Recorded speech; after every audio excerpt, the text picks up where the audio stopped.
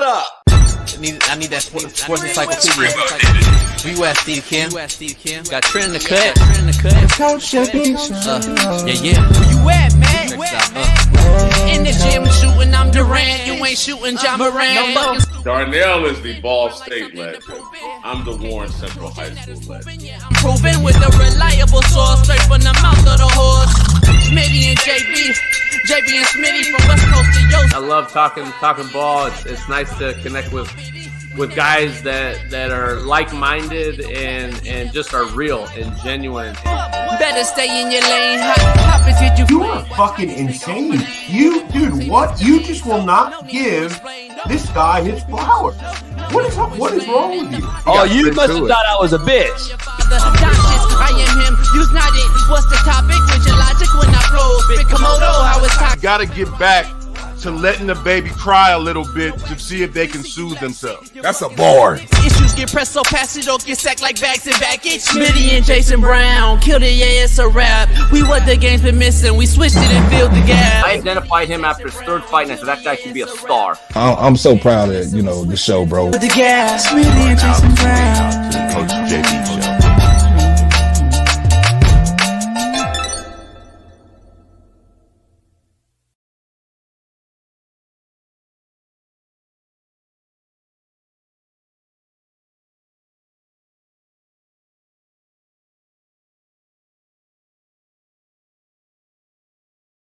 What up?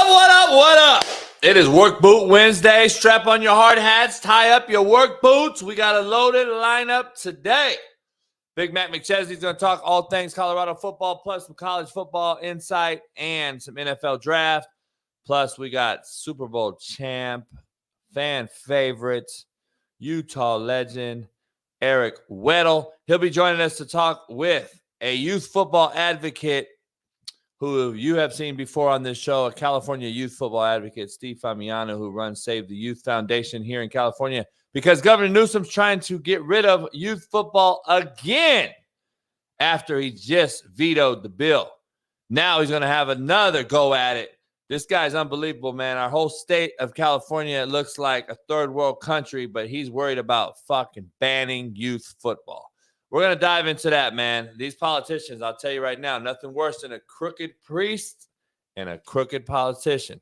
Dive into the show. Pound the like, subscribe, become a member of our Slap Nation Discord today. Download the Discord app, become a member of Slap Nation, and also link it to our Winnable. Winnable, a proud new sponsor of the Coach JB Show. Winnable.com/slap-picks.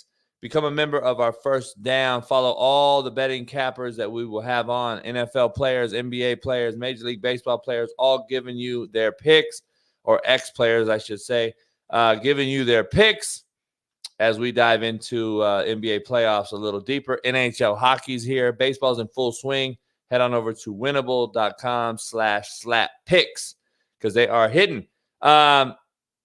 And you know this show is brought to you by betonline.ag. You can bet everything from baseball to hockey right there. Bet online where the game starts. We got a loaded lineup. Matt McChesney joins us to talk about some Colorado latest transfer portal news. Plus, like I said, California youth advocate Steve Famiano joins us to talk Governor Newsom trying to ban it once again. Plus, the NFL draft's one day away. We got that to discuss with Eric Weddle as he talks youth football and some NFL draft talks. Plus, I'm going to dive into the realest show on Planet ERF. Let's get into it. Do players lack competitive drive, or are the parents to blame? Or are kids chasing money and realizing the money isn't worth the program being bad? That is where I'm at, why we have so many transfers in the transfer portal. As of this morning, there are 3,600 kids in the transfer portal. I think it's a combination of all. We as adults created rules. The bylaws created this culture in college athletics, which in my opinion has overflowed into society. 3,600 kids. Let me say it again. 3,600 kids are in the portal as of this morning in this new transfer portal era. And the number alone should tell the powers that be something is wrong. We are allowing it instead of coaching it. And I just don't understand. We are teaching to run. We are teaching to duck. We are teaching to dip.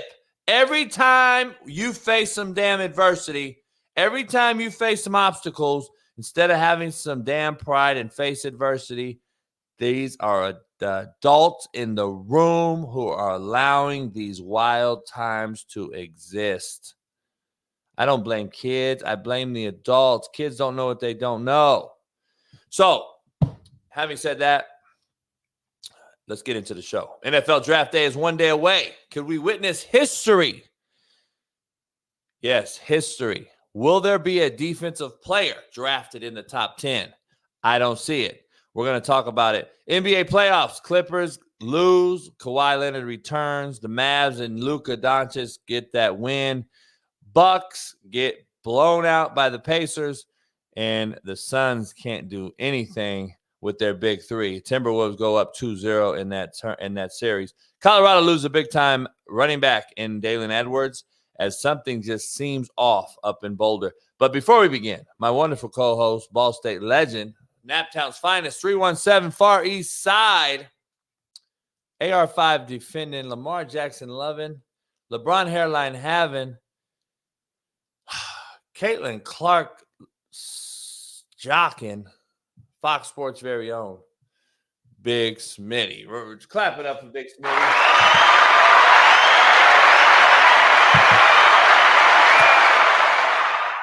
Hey, Bailey, can you throw the breaking news? Breaking news? Yeah, breaking news. Already? Yeah, breaking news, dog. Reggie Bush got his Heisman back. You lying. Yeah, Reggie Bush got his Heisman back. Clap it up. No, he didn't. Reggie Bush got his Heisman back.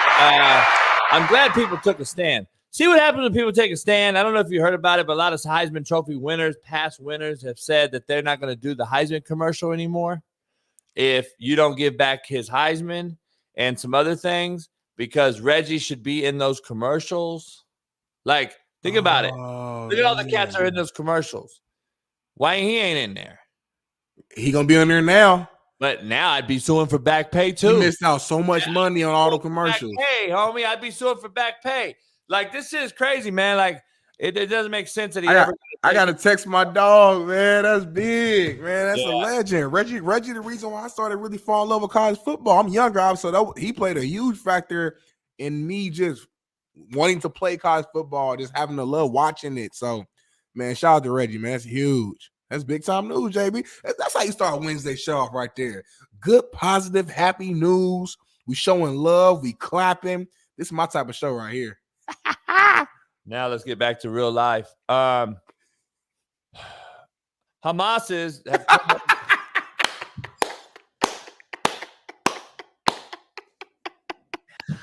What's going on, chat? What's going on? How about real life? See, positive news is all good, yay. But real life is we fucking made a bet last night on your Clippers to cover, or are you not your Clippers? Your Clippers score. And I went all in, Smitty. I was like, man, I got faith in Smitty. And we lost. So that's real life. Real life is we lost. It wasn't even close. Kawhi Leonard returned. It was a horrible performance by the Clippers. They played horrible, though. Addition by subtraction is a real thing. You better start listening to me, man. He looked horrible last night. They looked horrible. Why are you forcing a square peg into a round hole? This dude's clearly not ready to play. You should have never played him. He should have never played. You were already up 1-0. Save him. Guess what, Smitty? He would have had another 3 days of rest off if you didn't play him last night. What did you get out of him last night? Let me ask you. What did you get out of Kawhi Leonard last night that you couldn't have waited 3 days for? Because you didn't get anything from him. You didn't get anything. He looked horrific. They went ahead and got that game out the way. So now he's comfortable, right? So now going to game 3, I'm expecting a crazy performance. He's going to drop 35, 8, and 12, and they're going to have to win. You know what I'm saying? I bet you that he'll probably not even play that much. Really? He'll have knee swell. His knee will be swelled up. He'll have fluid build up. Like I'm telling you, I'd have waited 3 days. Because, dog, right now, guess what? It looks like you're coming back to L.A. down 3-1. It do look that way. You screwed up. You screwed up. But I mean, hindsight is 2020. Hindsight is 2020. So we can say that now because they lost. So now it's like, well, you wasted them.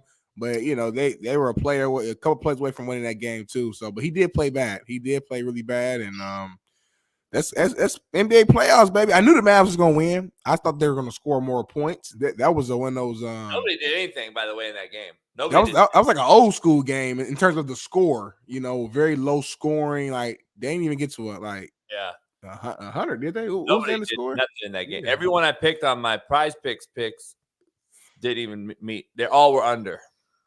Usually I go over on certain things. Everything was under. Yeah. Or, of course, right at the number, and I lose. So, you know how that goes.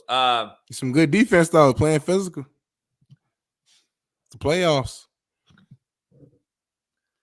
I laugh inside when I hear physical and Luka Doncic in the same sentence. Hey, he was out there sliding them feet a little bit, JB. You got to, you know, I'm not saying he was locking people up, but he was out there putting some effort out there, which we don't see in the regular season from him. So he out there sliding his feet a little bit, putting a body on the body. I mean, got the dub. It made the big time shots when he needed to. Close the game out. I'm on day 3 of my fast. How you feel? Food, no drink, no nothing. This is day 3 as I enter day 3 right now. Do you have more clarity? Nah, I got a little headache.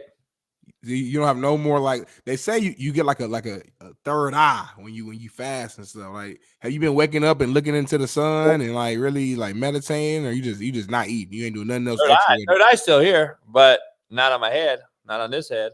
So look, I got to dive into Clayton. You live in Wichita, Kansas. Sorry for you. So let me dive into this whole. Let's get to the quote of the day. Let's go. Yeah. We got a lot to dive into. We got Eric Weddle joining us, and a lot of others. Go ahead, baby. My bad. Quote of the day. Bye. What up, man? The real Coach JB here for the Coach JB Show with Big Smitty. We got a proud new sponsor, of course, for the second part of the year, and that's Bet Online. Continue to be your number one source for all basketball wagering needs, including pro and college hoops throughout the year. March Madness is here.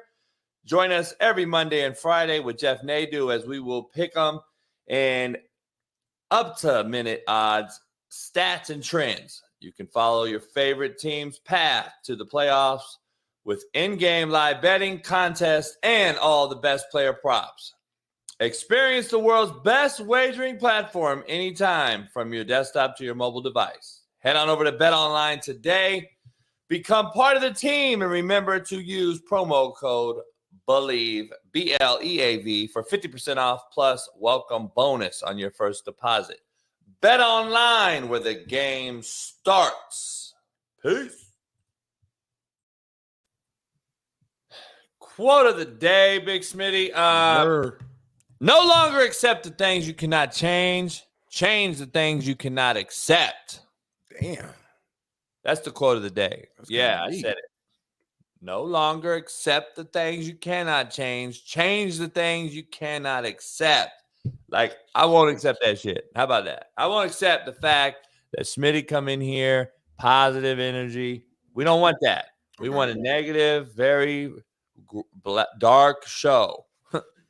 Well, they say, man, that, you know, if I continue to show my positivity and spread that love conquers all. So I'm going to keep on bringing the love, bringing the positivity, because I've already seen it slowly. Like the real ones who've been watching for a long time, this ain't the same JB of old. And I like to say this because I have rubbed off on you. You are not the same man 9 months ago as you are today. You're a little bit more thoughtful, a little bit more kind, a little bit more patient. And I like to say that's because I'm bringing that good energy to you. Love conquers all, JB.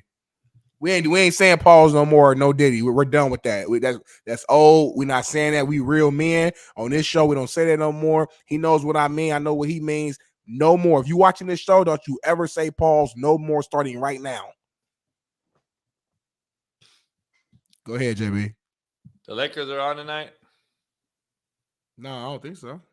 Oh, I think it's 2 games today. I think it's the out east. Or not out east, I'm sorry. I think the Celtics play and the Thunder play, I think. Lakers tomorrow? I think so, because you know when you switch cities or whatever, I think they give them like an extra day of rest. TikTok, I'm back on TikTok. They let me out of suspension for a week. I'm on TikTok right now. I'm sure I'll get suspended though today. But look, someone on there said, if I played for you, you wouldn't talk to me like you did your players. Uh-oh. I'm not gonna respond. It's just funny to me. Thank you. First of all, you wouldn't have played for me. Like, I don't understand. Don't you get it? You would have never played for me. You weren't good enough. You're a nobody. Like, I don't understand. Damon Williams, Smitty, leave JB alone. We don't need that type of energy. JB is cool being JB. So hey, you gave me a whole like health rundown yesterday's show. Yeah. I don't know if you saw the comments. I ain't see the comments. What was they saying? Yes. Smitty really liked JB. He gave him a whole health breakdown and what he should do.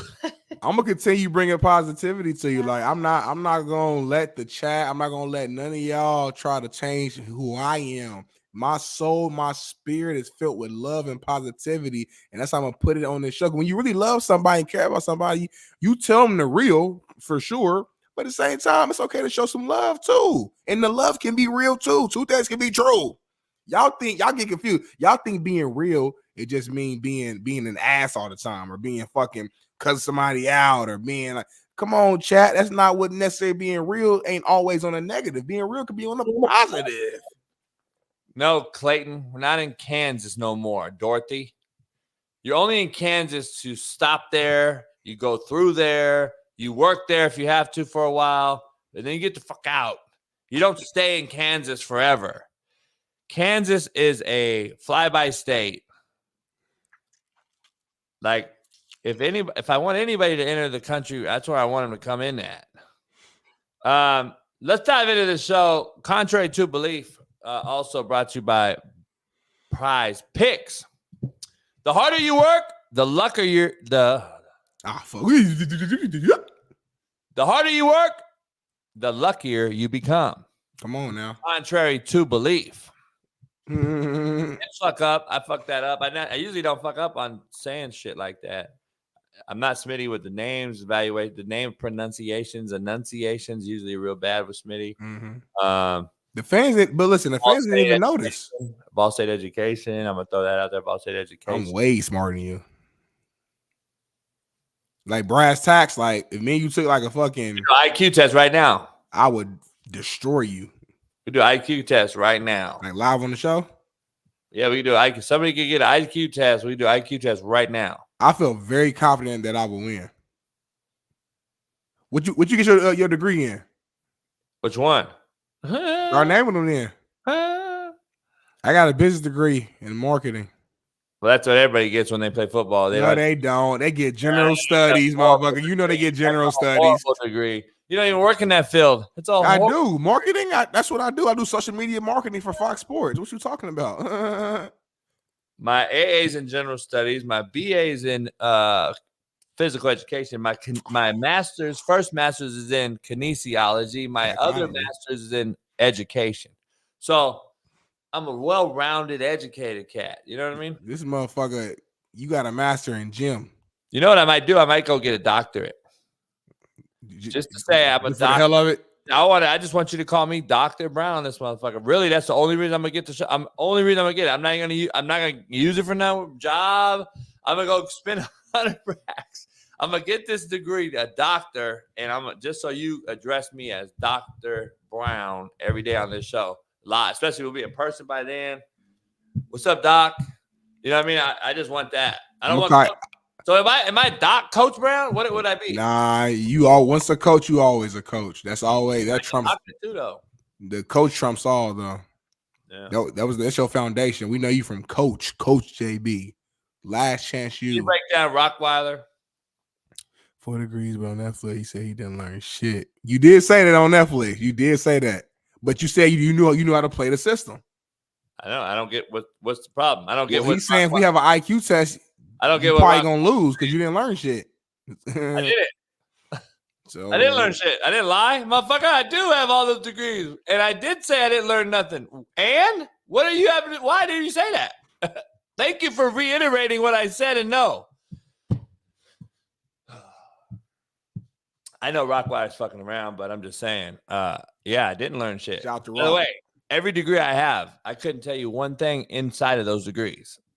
So again, proving my point that it's a waste of money and it's a money grab. That's all the degrees are for. A degree is to get you to get a loan and pay off that loan for 40 years.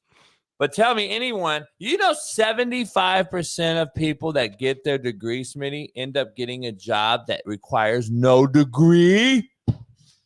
Have you 75%? 75% of the human beings that have degrees end up getting a job that requires no degree. Shaun Waffle, look that up for me real quick and verify and validate that percent. Verify. I speak on it all the time. I already know it's true. I don't say shit. It ain't true. I make opinions. 75 is a high percentage. I'm just telling you, dog. And it might even be higher than that now. But all I know is it's the biggest waste of paper ever printed, a college degree. Kids watch this show, JB. So right now, you understand what you're saying right now, right? A high school diploma, a college degree, with biggest waste of paper ever printed. I'm just telling y'all, I've been saying this for years. You saw me say it on Netflix in live time. I'm not going back to say it's different. It is true. Like, that's the facts of the matter. You don't think the networking that you get from being a college student is beneficial, at least that piece of it? Because to me, that was my biggest thing that I got from going to Ball State is the people that I met, the connections that I was able to get. I can go back to Ball State whenever. If I need help with something, opportunity, job, whatever, I will always have that community. My brothers who are all out here doing all different types of things from from fucking I have a teammate that's a doctor, financial advisor, coach. I got people everywhere. And those connections, I will always have that foundational system, that community to help me out in life if necessary. Oh, you played the game? Yeah, for sure. I got to do with the paper being printed being a waste. You played the game? No, but I hear what you're saying. Like the paper itself is like whatever. But I'm saying you had to go to college in order to get the networking. Alan, listen to what I used to tell him all the time in private meetings, sitting in the thing and watching film. Dog, especially if you're a brother, get your paper, get the piece of paper. I didn't say not. I didn't ever said don't get the piece of paper. I said it's a waste of paper. I didn't say don't get that piece of paper because y'all need to get the paper so you can get the interview. Yeah. And that's what I used to tell Alan every day. I used to tell all my players every day, get the piece of paper to get the interview to get in the circle. Yeah. But it doesn't mean it's not a big waste. My first job required a degree though. Like if I didn't have my degree, I wouldn't have got that job. So yeah. And it's still a waste. And then people leave those jobs. And then the other part, the other statistic, I think it's 75 that end up having a degree that don't get a job with the degree. But the other statistic is, I think 72% of people that get the degree in a specific field. No, I know this is fact. Yeah, don't work in that degree field. That's 100%. Nah, that's so fact. I know that's even like it's right up there with the same numbers. So you get a degree in business, and then Smitty's doing sports talks radio. Yeah. That's just a 1%er, but I'm just telling you, it's a big thing. That is, I don't know anyone that has a degree in whatever they got it in and is working in that field. Outside of like medical field, of course. That's his own separate and that's a certificated program. Those are usually certificated programs, especially nursing, child care. Those are certificated programs. They're not even, you don't even need a degree for the most part, unless you become some sort of higher up in the administration. And my wife, she's an RN, so she had to get her nurse's degree first, but then she also had to pass like the fucking whatever test it is to like even get there. And that test is the most important thing you got to pass even to get your actual license. Biggest scam, dog. Yeah. Two biggest debts for 18 to 25-year-olds in this country: credit card debt and student loans. School should be free and healthcare should be free. Period. Canada is free. Yep. I'm just saying that's just what I'm saying. It's the biggest scam ever put into this country is student loans and credit card default. Because, when you go to college, you're 17, 18 years old. What do? They throw you a goddamn credit card offer. That's you're guaranteed to get a credit card, $350. Every kid's like, oh, damn, I go get some Jordan. I get a credit card. Motherfucker default the shit. They don't pay it. They can't pay it. Now, though, we got kids with NIL, but we'll see. Poll question, Smitty. This is what I got to ask you because this is real. We're going to dive into it all show long, all tomorrow. Yep. I'm going to bet it. So Bailey, Brian Case, Max Hess, all you guys on Winnable, I'm betting this. Big bet. I'm putting my money where my mouth is. Pause. Whole question. Will there be a defensive player drafted in the top 10 tomorrow? Here's the question. This is why I'm asking this question. It's never happened in the history of the draft. Never not happened. Let me retract it. I believe it's been since 1970. I think it has happened, but it's been like since the 70s. There's never not been a defensive player drafted in the top 10. I don't see it tomorrow. Can we pull up the draft board, Bailey? I don't see a top 10 player being drafted on defense tomorrow. So Chicago, no. Washington, no. New England, no. Bailey thinks New England's yes. Let's bring Bailey in, man. Let's bring Bailey in real quick. Bailey. Yes, sir. Can you bring up the draft board with you on it? Yes, sir. So Bailey does a lot of analytics behind the scene. Make sure you follow Bailey on his YouTube channel. Yes, sir. Yes, sir. He thinks that New England is maybe going to pass on a Q and take the Alabama's best defensive player at number 3. Yeah, I could see New England going defense. You know, they got Gerard Mayo as their coach. They got Brissett in there. With Brissett in there, it's kind of like a Sam Darnold situation to where you really question how high are they going to go draft the quarterback. Now, obviously, they're going to go take a quarterback in the draft, but at the 3rd pick, I would see them going defensively. You know, Dallas Turner's a freak of it, edge rusher. You can play outside backer as well. So that's where I see Gerard Mayo going. That's a good take, though. I'm not mad about that. I mean, mentioning, Mayo as the head coach, obviously defensive player, defensive-minded guy. Even the best Patriots teams always, even though they had Brady, of course, but the defense was like the foundation of that team as well. So, it might be a shocker to some, but at the end of the day, the Patriots, they need so many pieces right now that even if they got a Drake May or whatever, it's not like he's going to just solve their problems. No, they need so much, and you need to build the other pieces too. So, Bailey, drop your channel in the link. Drop your channel in the chat when you get out of here. Put it. Support Bailey, y'all. This man's a hustler, man. I love this cat. He's one of the hardest young workers I met. I say young because like we're not around the same age, but still, he's a hustler, and I appreciate it. Way younger than you, way smarter than you already. He's smarter than me for sure. I appreciate it, you guys. All right, Bailey. Guys, take me off of here, bro. I don't want to be on camera too long. I'm going to go against Bailey because I'm going to say that it's all offense first 10, and I'm going to bet big on it. City, I might take like 1,000 on it. Ooh, man. I will let you know this. The odds can be case or somebody find the odds on what it would be if is there even a draft out there, Max Hess? Is there a pick that I can bet that there will be no defensive players drafted in the top 10? Because New York Jets are not taking defense. Chicago's number 9 pick. If he's still available, I'm gonna go 10 to 1 real quick because we're gonna dive into this all today and tomorrow. Yep. The Jets are gonna take, if available, Brock Bowers. I believe. If not, I believe the Bears take Brock Bowers at 9 if he's available. Brock Bowers with a young quarterback would be a huge get in my opinion. So those two are taking offense. The Falcons are taking offense. I think their defense is okay. I think they'll be all right. Yeah, they got to. They got to take offense. Titans they're horrible on offense. They have to put some pieces around those quarterbacks. Giants have to take a tight end, a wideout, or a quarterback. There's no question about it. Chargers, we already know it's going to be wideout or wideout. Something.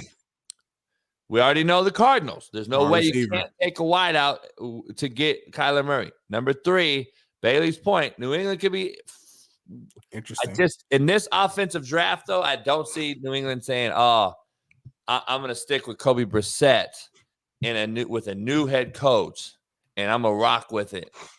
He's got to go Q. There's just no way that Kraft's going to sit there and say, "Listen, we haven't drafted a Q." I mean.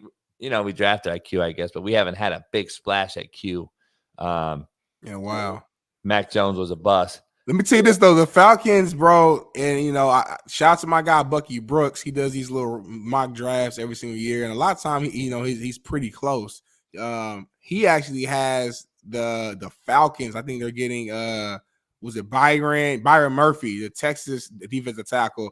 And if you think about, obviously they got Raheem Morris over there, defensive minded cat. And then you talk about the Falcons need an offensive guy. I don't know, bro. You look at that roster, they got obviously Kirk Cousins. They got Bijan Robinson, who they just drafted last year with Tyler Algier, I believe. Drake London, Darnell Mooney at receiver, and Rondale Moore and Kyle Pitts. Like, I think they're going defense. The Falcons don't really need no offense like that. I mean, maybe an offensive lineman, I guess, but I don't think you're going with a lineman at number 8. I think that's the team that scares me the most because their offense on paper is loaded. They had a really good fucking free agent. Hey, BK just sent me it's plus 580. Plus 580 odds if nobody goes in the top 10 on defense. I'm going to bet that shit. I think the Falcons may even trade because they got to pass. I don't know if you know, breaking news. This is breaking news as well. NFL yesterday said late last night that they will not harness the Falcons draft capital this year. Not this, maybe for next year, but this year they're not messing with their draft pick. So they're going to be at 8. Do they trade that pick now, which can help me? There's going to be some trades, Smitty. That's the thing you're not counting in here. Yeah. There's going to be some trades in here that's going to bump some shit out, and I think top 10 will be all offense. First time since 1970 or whatever it is. So, I can't wait to hear that noise right there. That's NFL draft, baby. We know that noise. I'm going to bet that. Go ahead and bet it. Might as well. You got the money.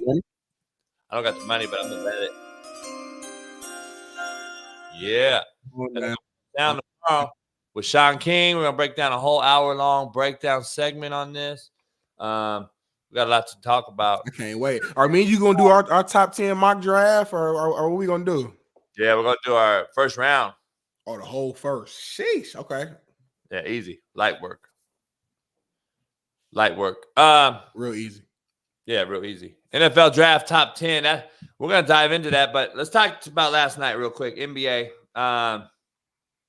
The Bucks, Dame went off again, almost had 40. They just didn't look very good last night because boy, Siakam has just been on fire too. He's matched Dame every game, by the way. He's matched him in scoring, and he topped him, I believe, last night in total overall stats.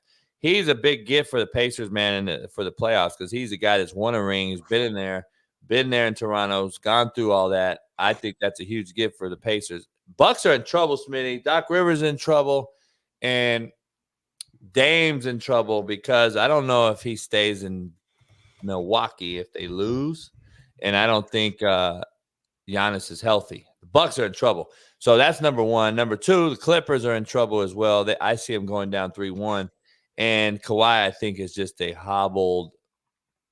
He's damaged goods, dog. I'm just telling you. You just look at the man. Like, he's not the same dude. Like, it's just – It's tough to watch because he hasn't been healthy for years. Like, it just is what it is.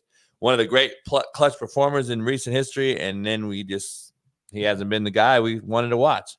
So I think here's the difference in that game, Smitty. I want to get your take. The Clippers and the Mavs. The only difference is, in my opinion, because to me, the Clippers have the better roster overall. Yeah. But Luka's the only guy that can get his shot whenever he wants, and he can make that shot.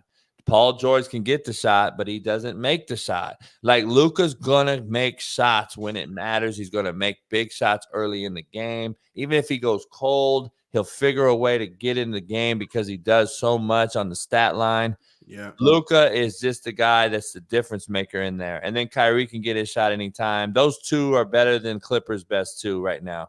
And even though Harden had a good first game yesterday, he shows up. He has 20 or barely 21 or whatever, but he's just the 21's not. It's not like indicative of what the real game's outcome was. Like, he was never really a factor. Like, you just got to judge the game and know the game. Like, I don't know. Like Luka and Kyrie had 31 in each game one. And everyone's talking about, they had 31. They did their job. Not really. You're down 30 at halftime. That game had you get points late in the game because you're down 30. Those 31 points mean nothing. Right. If you're a Mavericks fan on game one, you got blown out. You got beat bad. So, like, stats are very misleading. So, yeah. The biggest thing for me is that, like, in game one, obviously, I mean, James Harden went crazy. It had a Houston Rockets James Harden type of game. And we know in the playoff, let's be real, you can't count on James Harden to be consistent. So, like, okay, that's number one. Number two, Ivica Zubac, who's a pretty solid big man, you know, he's decent on the offensive end, had like 20 points, 15 rebounds.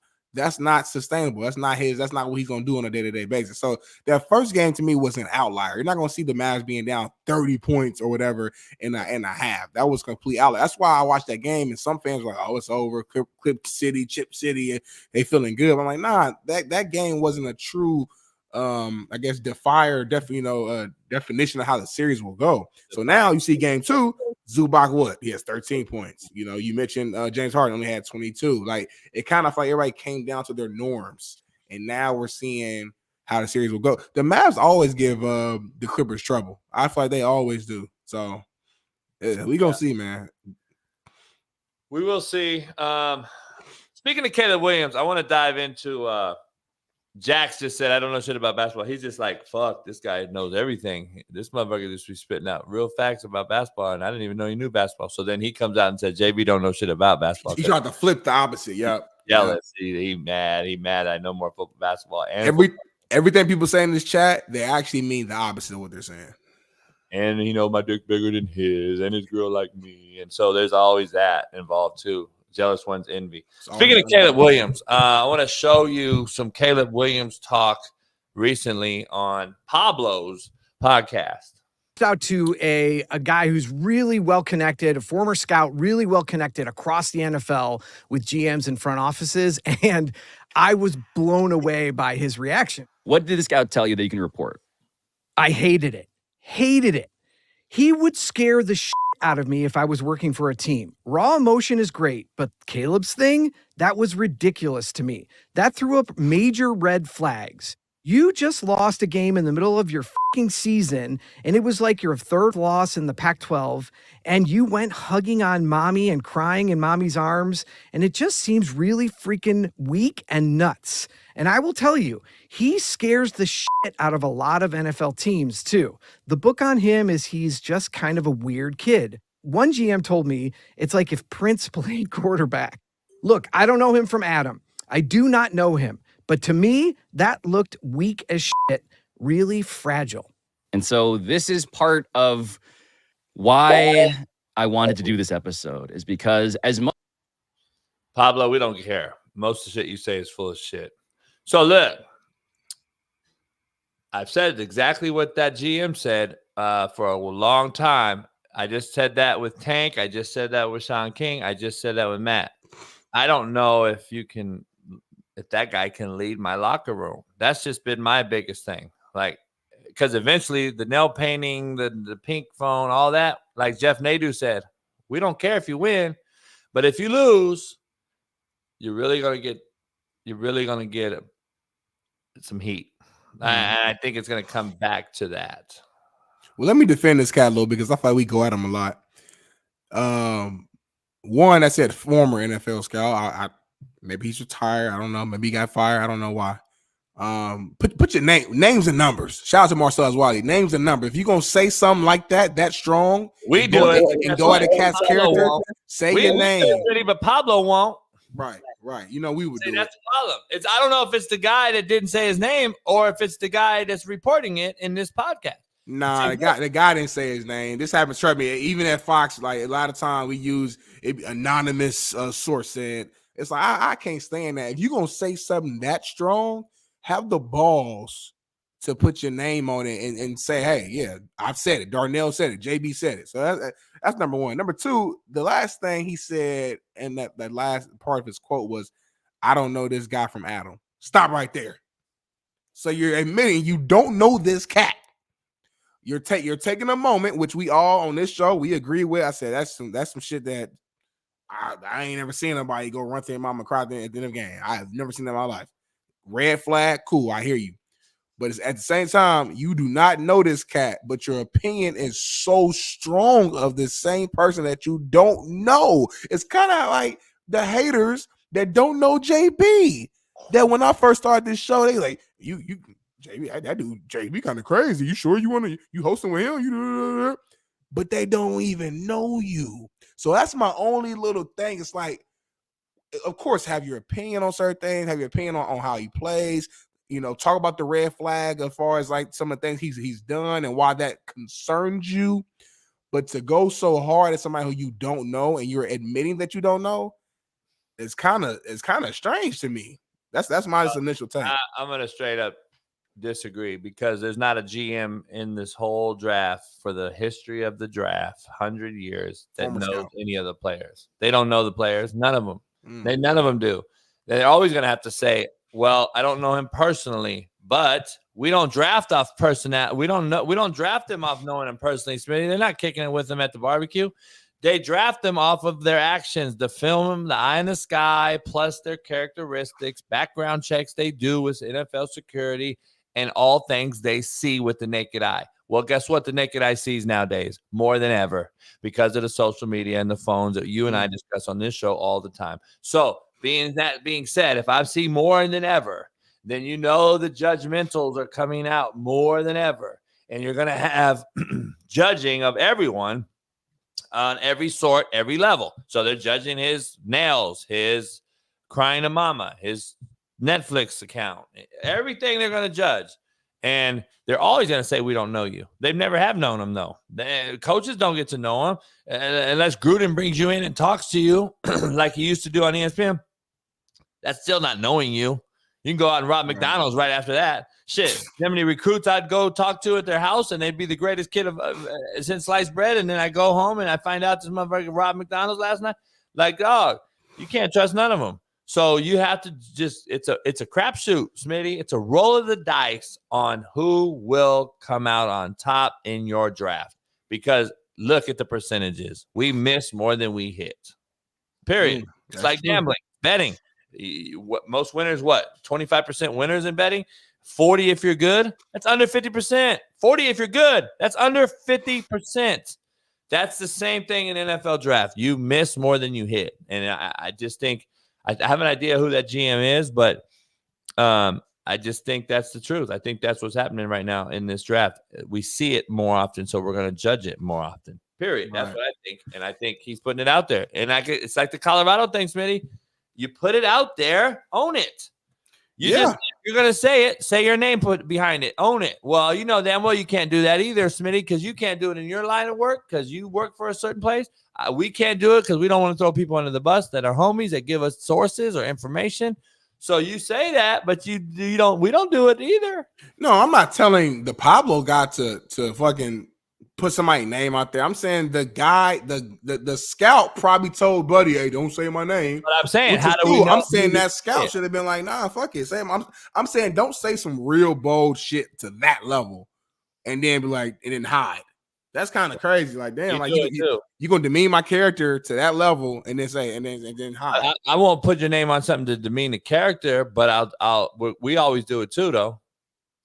We always say, "Hey, we got some information, but I can't tell you who said it."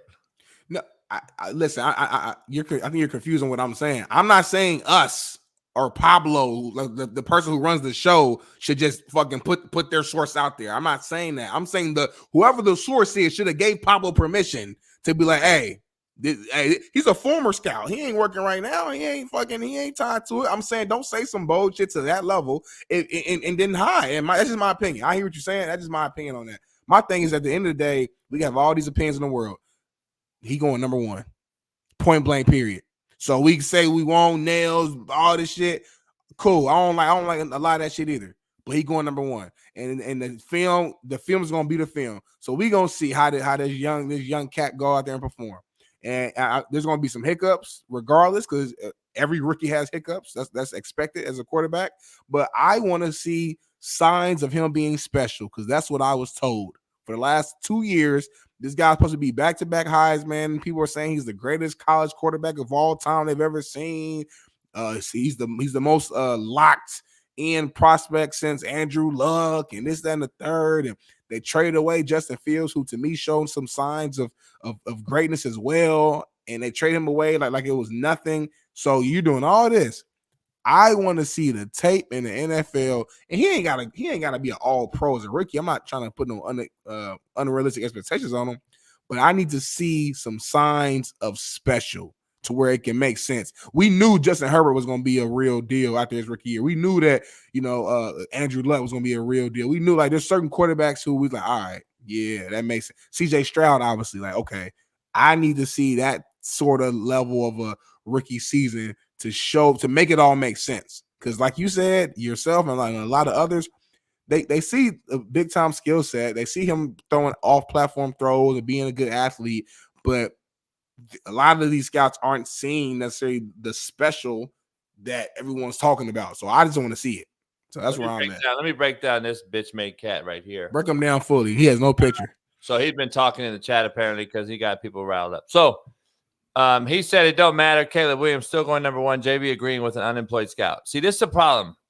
You people, you young fucks in this chat, like G Wizzle, who's an absolute fucking nobody troll. He is hiding behind his name and doing exactly what you're talking about right now. He won't put his real name on it because he knows he's a nobody. And yet he wants to discredit a former NFL GM, a job that you will never attain. You won't even attain above a Walmart bagger. And yet you're in here talking as if you know things that you just don't know, dog. Like you guys have no fucking respect for anyone. That's like you coming at me talking about, oh, well, you don't coach, you're unemployed. But yet you have zero resume. You have zero resume. You're a nobody. You live with your mommy. You suck her titty. You and your boy are working in tandem in here. Jax. You and Jax are the same person, probably, Smitty. Like, we're supposed to be this dumb and not know that you're working together, you fucking idiots. So anyway. The Dudley brothers. Yeah, like they're two trolls living like, gee, jizzle these nuts out your mouth, boy.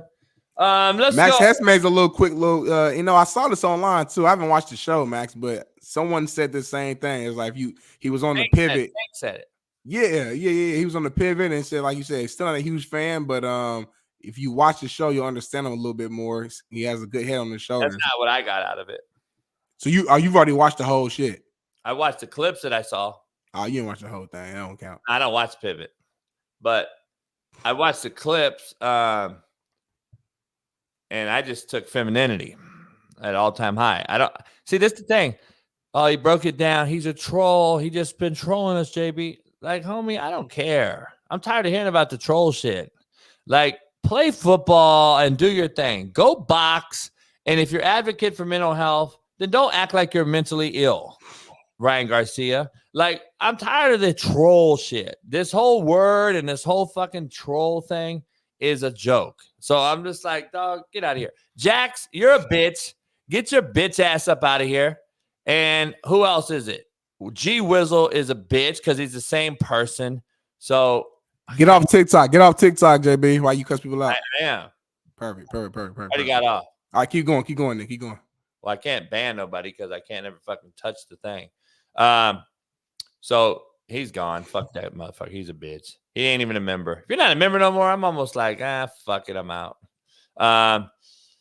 Where's G Wizzle? My nizzle, my bizzle, my lizzle. He hiding right now because he ain't trying. Where's he at? Here. He got quiet. He trying to like give me one more chance, JB. No, fuck him. Where's his name at? He left? He's a member now. He's a member. He ain't no member. You can't just leave. Yeah, he blocked himself. He's not like this motherfucker. JB on the hunt. I'm gonna find him. I'm on the hunt. You got. I'm in the other thing. I don't see him no more. I'm gonna find Wiz. Bitch ass little boy. In other news, chat's moving around, Smitty. Chat moving around today. I can't catch on. Yeah, that's a good thing. G Wizzle got up out of there. This is the thing, though. These motherfuckers just—that's what they are, troll. Like, I don't get it. You should see the fucking messages on the videos on YouTube. But they're there though, watching. I don't get it. Yeah, JB, check the private chat because Bailey told us this yesterday, but you don't be listening to Bailey. He's our producer. He's our director. Do what Bailey says during the show. Let him run everything. Don't do anything else no more. Let Bailey run this so we can continue to blow up. Shout out to Bailey. I trust Bailey with everything now. I give Bailey all again. What you tell me to do? Go to the private chat, read what Bailey said. He told us this exact same message yesterday, but you didn't listen because you never listened to Bailey. I trust Bailey with everything in my soul. If I had a kid, I would let Bailey babysit my kid. Let him blow our show up. Don't touch shit. Don't put a graphic up. Don't put a video up. Put your hands off the keyboard. Let Bailey do everything. That's his job. He does it at a high level. JB got trust issues, y'all. That's what I've learned over the 10 months. This brother has some trust issues. He's been stabbed in the back so many times throughout his life that even when he got something good, he can't trust it. And that's why he won't get in a serious relationship and he won't claim his AE as his GF. You know what I'm saying? Like, that's the problem right now. He's got trust issues. But I'm here to tell you, JB from Arkansas, remove that baggage. Remove that trust issues that you had because everybody in your life ain't here to get you. We love you, JB. The chat loves you. Chat, if you love JB, type in love in the chat right now. I'm your brother. I'm on the show. Marcellus, he connected us. He said Darnell's a good dude, JB a good dude. Boom. So I know you good people. And Bailey's a good dude. Let him run the show. Trust Bailey. Golly. Probably won't. I'll be still blocking people. I just blocked dumb fuck cum shot or whatever his name is. I appreciate the sentiment and the good spiel, but I'll probably still gonna block people. So let's dive into some Colorado news. I don't know if Matt's gonna join us or not. He said he's in traffic. I don't know if he can join us. He said he can, but it's 15 minutes. I told him we only got 15 minutes because he better join us. He ain't got no choice. We got Steve Famiano joining us. Famiano, that's a cool name. Famiano. Look at Carlos. He a cool dude. He, just trying to figure out life, get things together. I think to do with the face. No, it's Carlos Spencer. It's cool. He said what I said was some real street shit. The shit that I just said. Like, I don't think everything ain't got to be gangster hard. Shout out to Carlos Spencer, man. He figuring out life, man. He's a guy who made a few mistakes, mostly in school, but since he's graduated, stuff like that, he's like figuring shit out. He's probably a little older than me, my age. Just got a new job, man. Shout out to Carlos on his new job. And keep on doing your thing. Driver. Yeah, he hustling. No, that's all. Hey, he take care of his business. That's all I care. I don't care what he do. He take care of his business. He stand out the way. Shout out to him. Shout out. Somebody send us some money. Couple people. Shout out to Joe. Shout out to Clay D. That's $25. That's going straight to me. Appreciate y'all. Let's dive into some Colorado take real quick.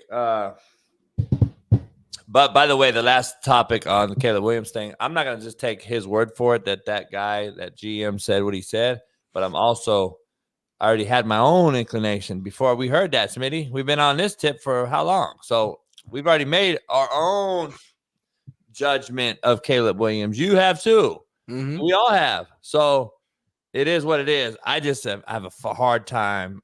Listen, if you're trolling me, that's even worse. Like, what are we doing here? Like, I don't know.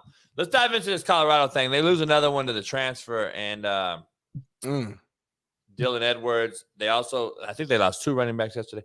I got an interesting take from Matt. I want to ask Matt about, so these guys left. They got an Ohio State guy that came in, apparently. Mm-hmm. Nebraska hasn't lost one player in the portal? Really? Now, that doesn't mean anything to me, really, in this era. It means that either A, you don't have a lot of good players. I don't know if they do or not. I'm just saying, I know Coach Rule's a hell of a coach. I like Rule a lot. Known him for a while. So either you don't have the players that Cats are poaching, or you're not there yet to lose them because they're just not that high-end guy to go chase a bag. I don't know the current landscape because I'm not in it. But all I can do is assume why Nebraska hasn't lost one player. And in the portal, after their spring ball ends here, the portal will be open. So I'm sure you'll hear more players leaving. He addressed it yesterday. Bailey, I don't know if you can find it, but if you can, it's out there somewhere. He addressed it yesterday and talked about all the good things that Lincoln, Nebraska has. But I want to dive into this Colorado thing because this guy has came out and said practice today. They were not in the building today. I think that this is one of those things, man, that you just have to look at the chronological order of how things happen. And I think it's just a red flag to college football out there. There are some people that do not want to compete. You know, it is no coincidence to me that when Coach Prime announced that Charlie Offerdahl was going to be a number 2, and then we sign a running back from Ohio State, 2 guys leave. Yeah. This is not the environment where you're going to be guaranteed anything. You know, Alton McCaskill, his own statement when he left, he wants to be the one somewhere. And if he's not going to be the one, he's not going. We don't negotiate like that. The best players are going to see the field. If you don't feel you can compete and become the best player, we wish you well in your future opportunities. Dylan Edwards, great guy, you know, very talented, had much success week 1 last year at TCU. Wish him the best wherever he lands. But it just seems chronological order-wise that he left camp because someone was coming in. A lot of the questions. Let's just keep it 100. These guys transfer for a better opportunity. And I can't knock you wanting a better opportunity. But I don't know what better opportunity than you have than when you're on a team with Travis Hunter, Shedeur Sanders, and you're still getting featured in the playbook. Like, I can't make sense of it where you think you're going to go. I can. It's called JUCO. I've been saying it. It's called JUCO football. I can make full sense of it. So let me ask you this, Smitty. I got to ask Matt this if he comes on. So cats are leaving in chronological order because they don't want to compete, is what he said. Yeah. So then are the cats going in there not wanting to compete either? Oh, you mean the cat? All right, the cats that they're bringing to their teams, right? Yeah, that's a good point. Like, you can't have it both ways. I'm confused, dog. Like, they talk outside both sides of their mouth. Like, I'm trying to figure out. So you're losing cats because they don't want to compete, but now you're getting the same players back. You're getting multiple players back that they don't want to compete either because they just left Ohio State for not fucking competing. So I'm trying to figure out what are we doing here, homie? Like, this is the biggest. It's the biggest. Man, I don't know how to say this. Like, I think it's like the biggest letdown in college athletics history.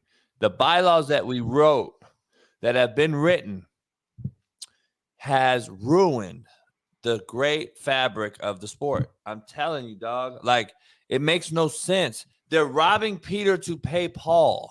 They're literally robbing Peter to pay Paul. It's like, dog, I owe Smitty $20. I borrowed $20 from Bailey to pay Smitty, and now I got to borrow $20 from my other homie to pay Bailey.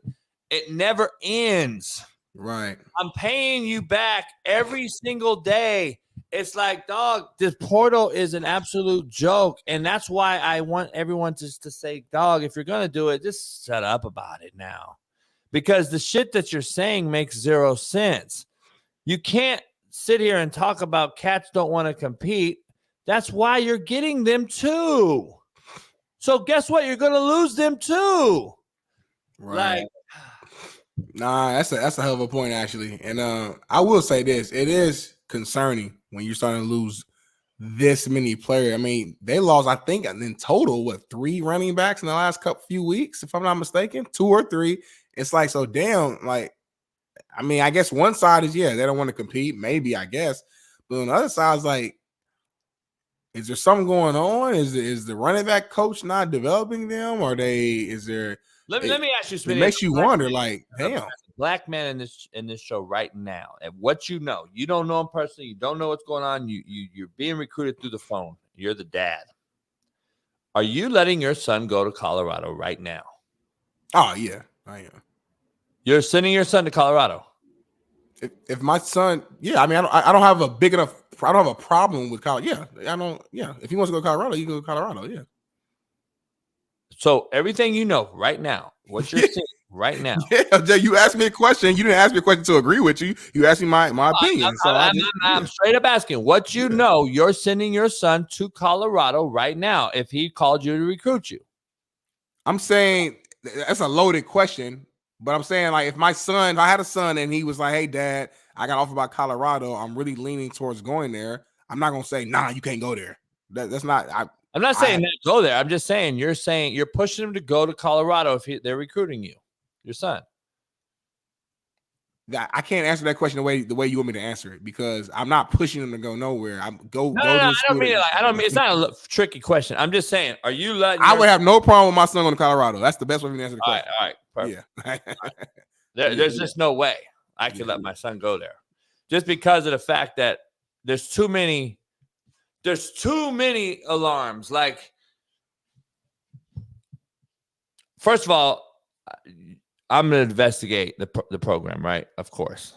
I'm going to investigate the program to the fullest as a coach or as a former player or a former coach. I know a lot of these parents, unfortunately, are single mothers who really don't know the process. Because if you never were recruited through the process, as a female wasn't, it's hard to send their son or their baby, especially because, mama, my baby, take care of my baby now. You know how many times I've heard that? But they don't really realize what it entails, because this is a car salesman selling you a car, and really what it is, even if it's the good people doing it, even with good intentions, it's still a car sales job to get a kid from going from another place to bring him to your place. Regardless if he's a good intention guy like I was, regardless if either way, Smitty, I'm selling you something and you got to buy it. Yeah. Whether it's genuine, whether it's full of shit, and I walk right by you on the first day of campus, it doesn't matter. I have to sell you something. The mothers in this business that have been doing this, that have been sending their kids to these colleges, they don't know the process. So guess what? You see the uprising in transfers because the single mothers in this world are the ones that are saying, okay, son, what's going on? Mom, I'm getting played. I want to transfer. Okay, where you want to go? There's no fight back. There's no, hell no, son. You sitting your ass right there and earn your damn spot. Right. You know what I'm saying? So you're seeing a huge turnover from the single mother side of these kids, which a lot of these talented kids are single mother homes. Right. So that's number one that a lot of folks ain't going to talk about. Number two, it's like, okay, where are we in this whole rob Peter to pay Paul thing? Because you just made a statement that they don't want to compete, but yet we're taking the same players who didn't want to compete. Eventually, the words you say are going to get you caught up. Right. And that's why I say, just shut the hell up, dog. Just go away and do your thing. Go ball out. Because every single thing you do now is going to be like thrown back at you. Question. Like, that's why I always talk about the target on their chest. I want to see Deion succeed, but he's making it so hard for when the naysayers come after him and say, hey, dog, we've been telling you, why don't you keep off the internet, keep off computer, whatever. They're going to say everything about his sons, his program, everything. They got a YouTube channel dedicated to Colorado. They got everything dedicated to Colorado. I'm just saying, hey, it's gonna happen, dog. This is what it is. You put the target out there, own it. And to your point, they have owned it. That's what they do. That's their thing. They want to do it. If they want to do it, so be it. Yeah. But don't be talking about cats don't want to compete in chronological order and shit when you lose players, because they're getting the same players in return. It's robbing Peter to pay Paul, and hopefully we could ask Matt that if he gets on here. He'll be on, Smitty, in about 15. And then right after that, we got Steve Famiano, California Youth, and Eric Weddle joining us with that conversation. Love it. Eric's obviously an advocate for youth football as well. And if California folds, then the next big state's going to fold. And you're going to start seeing it fold and fold and fold. And it's really coming down to First Amendment. We're losing our free speech. Look at what's happening with TikTok, Smitty. Yesterday, the Senate basically voted to ban TikTok here in the U.S. So that probably will happen. What's next? X? No, I don't think they're gonna ban X. I think they ban TikTok because TikTok wasn't made in here. I don't think. Ain't that like an Asian owned company or whatever. So they, we don't know that though. That's the rumor. That's the word on the street. So we shall see, man. But hey, I'm excited for the show though. I'm excited to dive into some. You said what?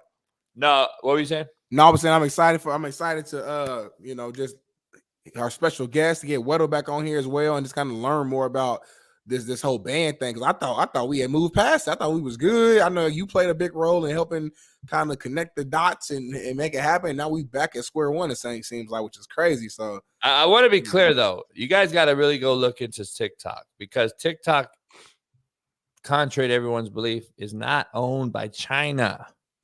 Stop. Go look it up, dog. It's owned by a private entity. That private entity actually is now on the cut, because if the Senate votes to ban them, now that private company has to either shit or get off the pot. And they could actually keep that app on somehow, some way. I haven't looked into it that deep, but I do know it's more than just saying it's China. It's not. It's not just that simple. It's not just China. So I can't wait. But before we take this break real quick, I wanted to talk to you about, we just ended the Colorado thing. I wanted to show you what Matt Rule had to say. You have almost 100 scholarship-type players on your roster, and the transfer portal is open. It's been open, and not one player has entered the portal. And I know you still got a week left of spring or whatever, but not one guy has entered the portal yet. What do you think it says about the culture of your program that you have all these talented players, you have them all competing, and not one of them yet has decided to leave or look? Well, I mean, why would you go somewhere else? I mean, you have the best facilities in college football, an elite education, the best academic services I've ever been around, elite life skills and player development, the best nutritionist in football, one of the best strength coaches I've ever been around, elite sports science, elite medicine. Coach, you want to go to the NFL, you have a bunch of coaches who've been to the NFL. Why would you go anywhere else? You have the best fan base in college football, the best media base in football. I'm serious, you're going to get, I mean that sincerely, you're going to get covered here.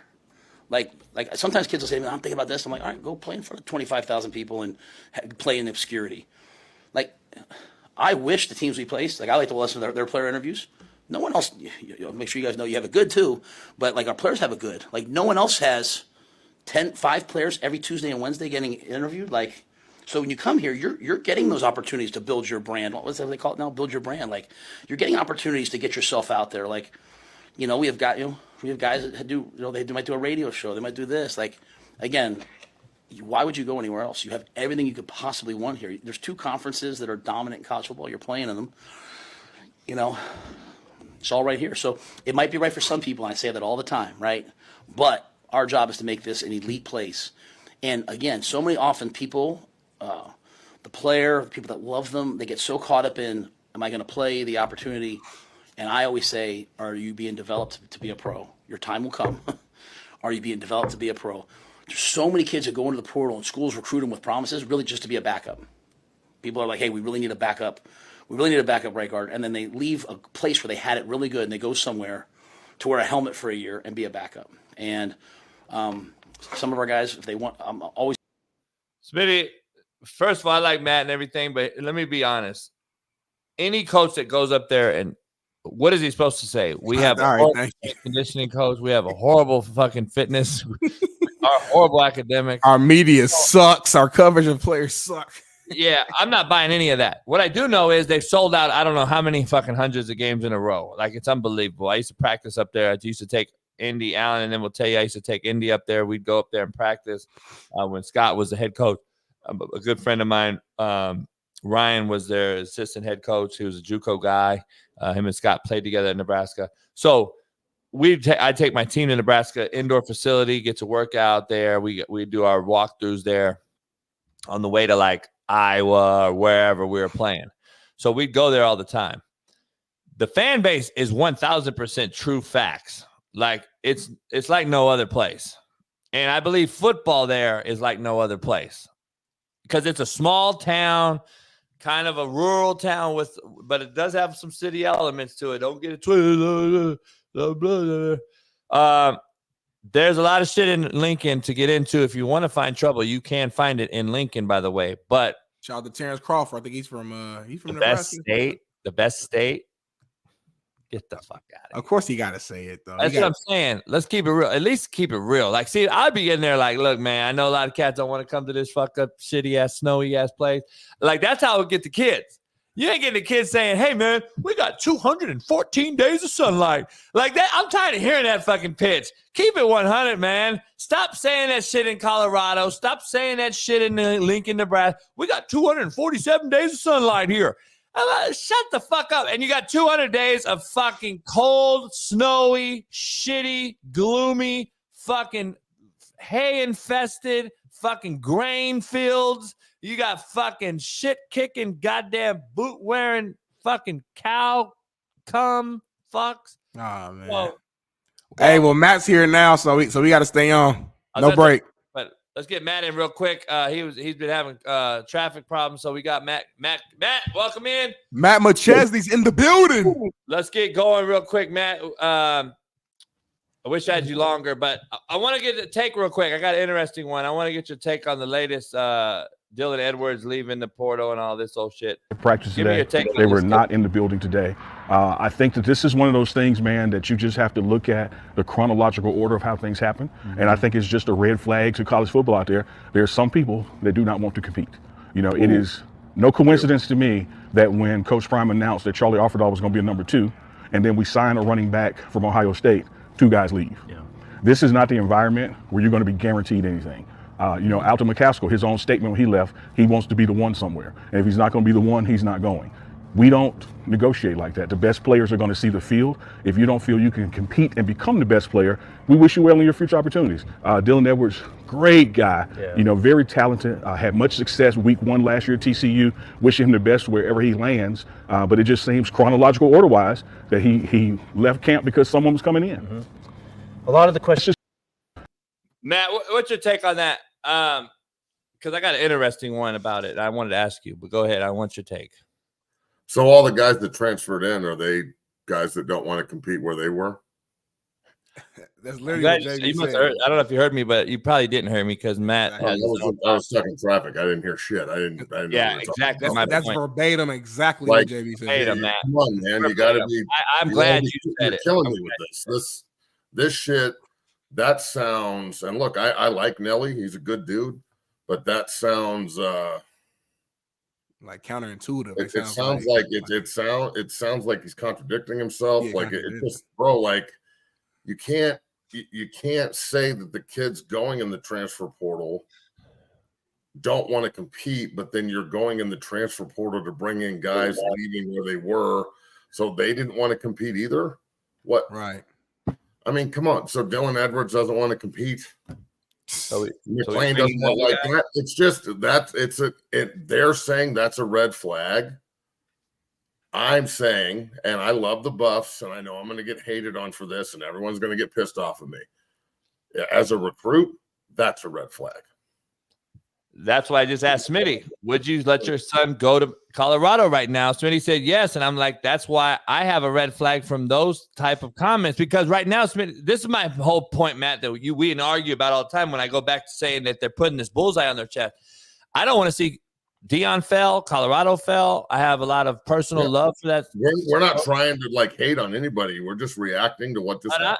Dog, the more you put out, the more I got content of. And I would rather you go quietly into the night and do your fucking thug thizzle. Do your thing and come out balling and do your shit. Because right now, Matt, we're in this landscape. We are robbing Peter to pay Paul. I am sitting there talking about chronological orders, and you're making yourself look foolish, man, because you're taking an exact same situation from Ohio State, from wherever else. This is the whole portal thing. I'm not blaming no kids, Matt. I'm not even blaming coaches right now. I'm blaming the adult in the room that created the bylaws, that created this culture. The culture is ruining this thing, and I don't know if there's ever a way to get this to. I don't think there is. I think we're going down a hole that you're not going to be able to climb out of. And look, they sound like the kids. Like that sounds like an 18, 19-year-old, 20-year-old kid that doesn't know how to deal with the emotions of that uses bigger words. That's all.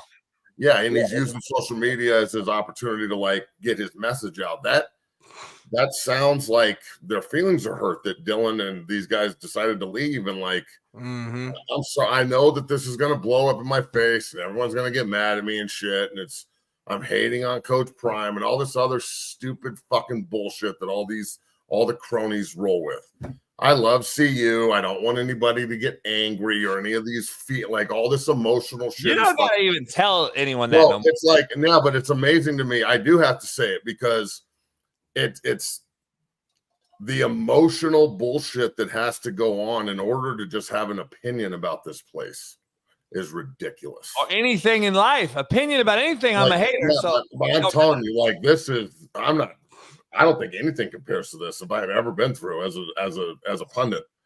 in media. I played there. I was a great player there. I went to the NFL. My opinion matters. I know everybody there. I'm interwoven in the discussions. I knew they were going to hire Prime before they did. I know everything that's going on. And I get shit on constantly. I have to apologize for my opinion about my alma mater because everybody gets so goddamn upset about it, including the people in Boulder. So I am simply just giving my opinion. I really am sorry for everybody I offended today that I don't agree. I don't think that – I'm not saying the kids don't want to compete. I'm saying that as an adult, when we're sitting in meetings and the MO is – like why does one kid get an exit tweet like thank you for all of your work and the next kid doesn't want to compete and he's a bitch? Like that, might as well be what Nelly's saying. Like, chronological order, like these guys are pussies. That's why they left. They don't want to compete. But then but the kid at Ohio State, he's awesome. Right. You can't have it both ways. I'm sorry, bro, but I'm everybody can get as mad as you want, bro. I'm really sorry that you're upset, that my opinion upsets you. But this is, if they're going to say it's a red flag, like, what are you saying, that Dylan Edwards is a red flag guy now? So, like, the next team shouldn't take a chance on this kid because he left CU? Because, look, this like misconception that everybody has to compete for every job, that's not true. Jordan Seaton's not competing for his job. Travis Hunter doesn't compete for his job. Shador didn't compete for his job. Shaido doesn't compete. They're locked into their spots. Right. Well, why is it okay for them to be locked in, but then the other guys to say, look, I want to be locked into my job? There's nothing wrong with that. Right. Not one thing. Like my senior year, if I would have been going into my junior or senior year, and my coach walked up to me and said, you're not the starter, we're going to go with other people, I would have been like, are you fucking nuts? Yeah. I am the starter, dude. Like, and there is no ifs, ands, or buts. And like, look, I'm there. You can't have it both ways, guys.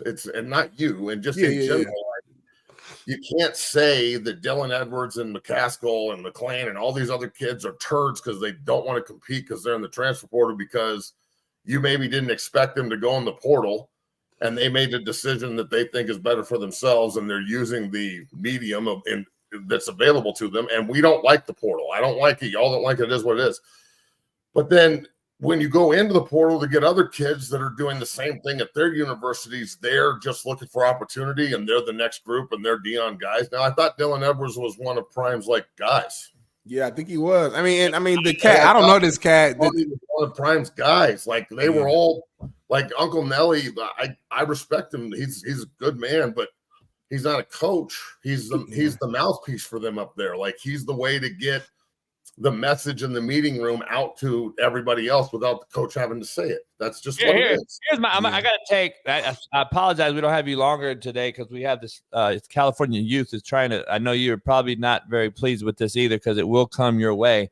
But Governor Newsom here is trying to ban and cancel California tackle football once again. I was one of the advocates that helped it veto last time, but now it's right back on the board. So we're having them on today with Weddle.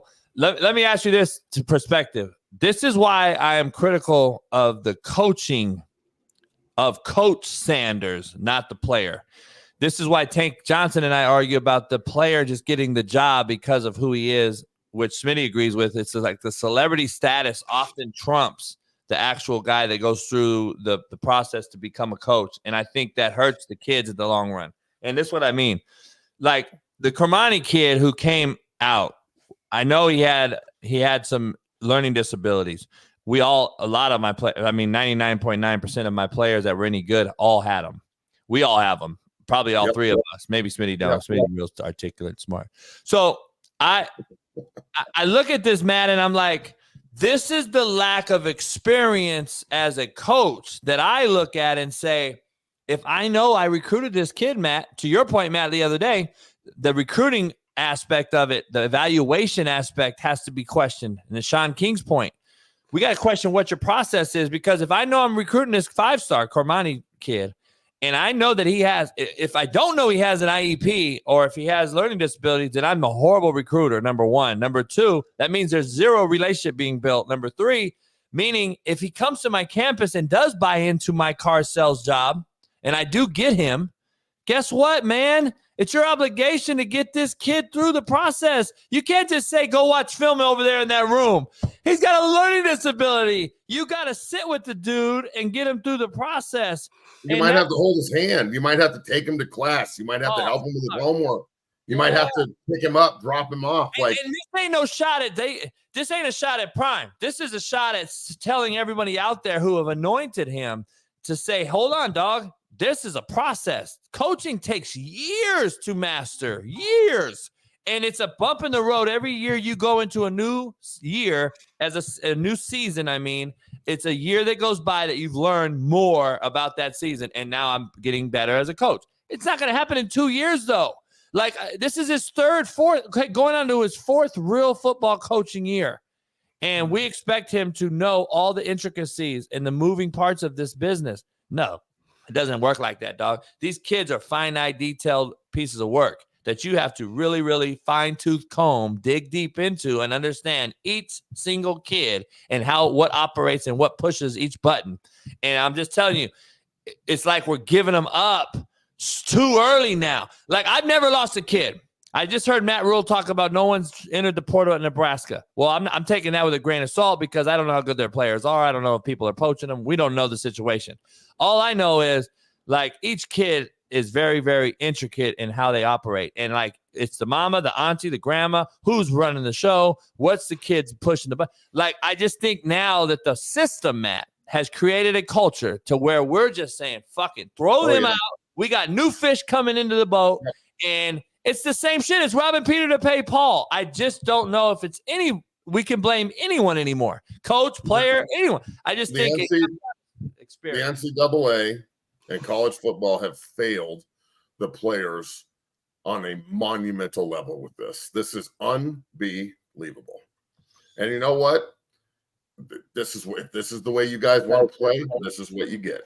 And now with social media and the ability to really get a hold of anybody whenever you want, all these kids talk to each other too. So the next kid that's getting recruited is watching the guys who were just 4 and 5 stars that were everybody's best friend in Boulder until they did something that the guys in Boulder didn't like, and now they're uncompetitive turds. Right. I mean, sometimes shit just doesn't work out.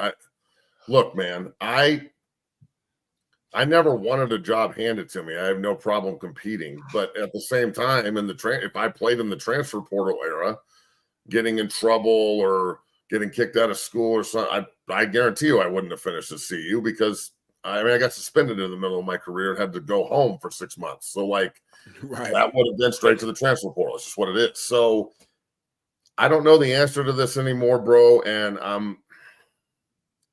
I'm kind of disgusted by the whole thing at this point. I'm over it. Like, the vindictive nature of the fans, the fact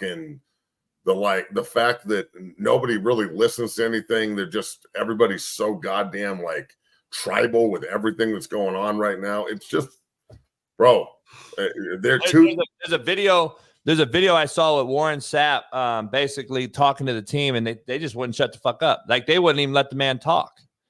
And I'm just like, man, this is the lack of experience that I talk about in the coaching world. Like, you've never seen a big time program. And I saw Matt speak to the college, to Colorado when they fired Darrell. And how you talk to kids, Smitty, it's a very finite way. You get up there and you wait till they shut the fuck up. And you make sure that they know, I'm waiting on you, motherfuckers, until it's time to let them know. Matt addressed the team. He sat there. He got up in front of them. They all took a knee, and they fucking knew it was business. Yeah, shut the fuck up. I'm talking, Smitty, over kids talking and expect them to fucking listen to you. The leadership that I see in college football today is a joke. Like, it's not teaching these kids shit, dog. You wonder why these kids go on social media and talk shit. I ain't listening to Sapp. I ain't listening to motherfucker. Like, they're not teaching you how to listen either. So it's like, it's a big old pile of shit right now, man. To Matt's point, I don't understand how it's got this far. Oh, I do understand it. But, like, it's getting worse and worse, man, because these kids just want money. And then at the end of the day, I led the show off, Matt, by saying, is it really money anymore? Or is it Are they starting to see that money isn't trumping a bad program or a bad situation? There's 30. I did a show yesterday with Fred McNair. There's 3,600 kids in the portal as of this morning. Holy shit! So, come on, man. That number alone should alarm the NCAA, the non-caring assholes of America, and say, we have a problem, Houston. 3,600 in this new thing. And Matt Rule just said the other, what is it? I guess after spring ball, there's going to be another one opening up in May, and there's going to be another fucking 3,600 kids. How do you keep how do you build any continuity at all with anybody? There's no way. It's almost as if they're trying to like sabotage the game from the inside to destroy it. I understand that everybody needs to get paid. There's other ways to do it than this. Your players are not your friends. You're the coach. I had Coach Walters on yesterday from Purdue, the head man. Go and watch it on 0 to 60. I watched great interview, and he specifically said, when you become a coach, you can't be hanging out in the locker room. You're not their friends. You can't be playing video games. You can't talk to them like they're your boys. There has to be a split between coach and player. They have to understand that you can't toe this line. You shouldn't come in my office, Matt. You shouldn't walk in my fucking office. No, you need to knock first. Unless there's you need to make an appointment, and don't call me dog or bro. And let's not fucking dap it up like we're homeboys. Let's shake hands. Let's like have some communication. Let's earn that other part of it. You know what I'm saying? Like, I'll be your best friend when you go in the first round, homie. Like, let's be real.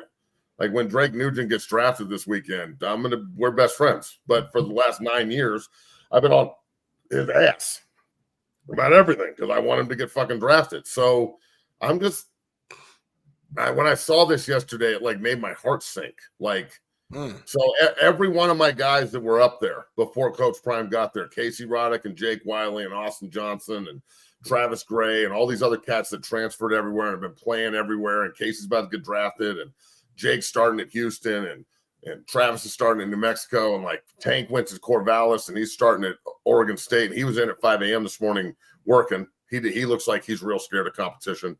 They're all punks that are scared of competition. Savion's a punk that's scared of competition. I wonder if Travis Hunter leaves early for the draft, is he scared of competition, or is he taking advantage of another opportunity? Right. It really bothered me, and I'm sure everybody's going to get super pissed off at me about it. What else is new? Get angry. At least I have an opinion, and I'm not just constantly cradling balls, trying to make sure that my access doesn't get taken away. That's the thing. And I'm going to say it, and I haven't said this before, and I'm going to say it now. And I don't really give a shit. I'm over it.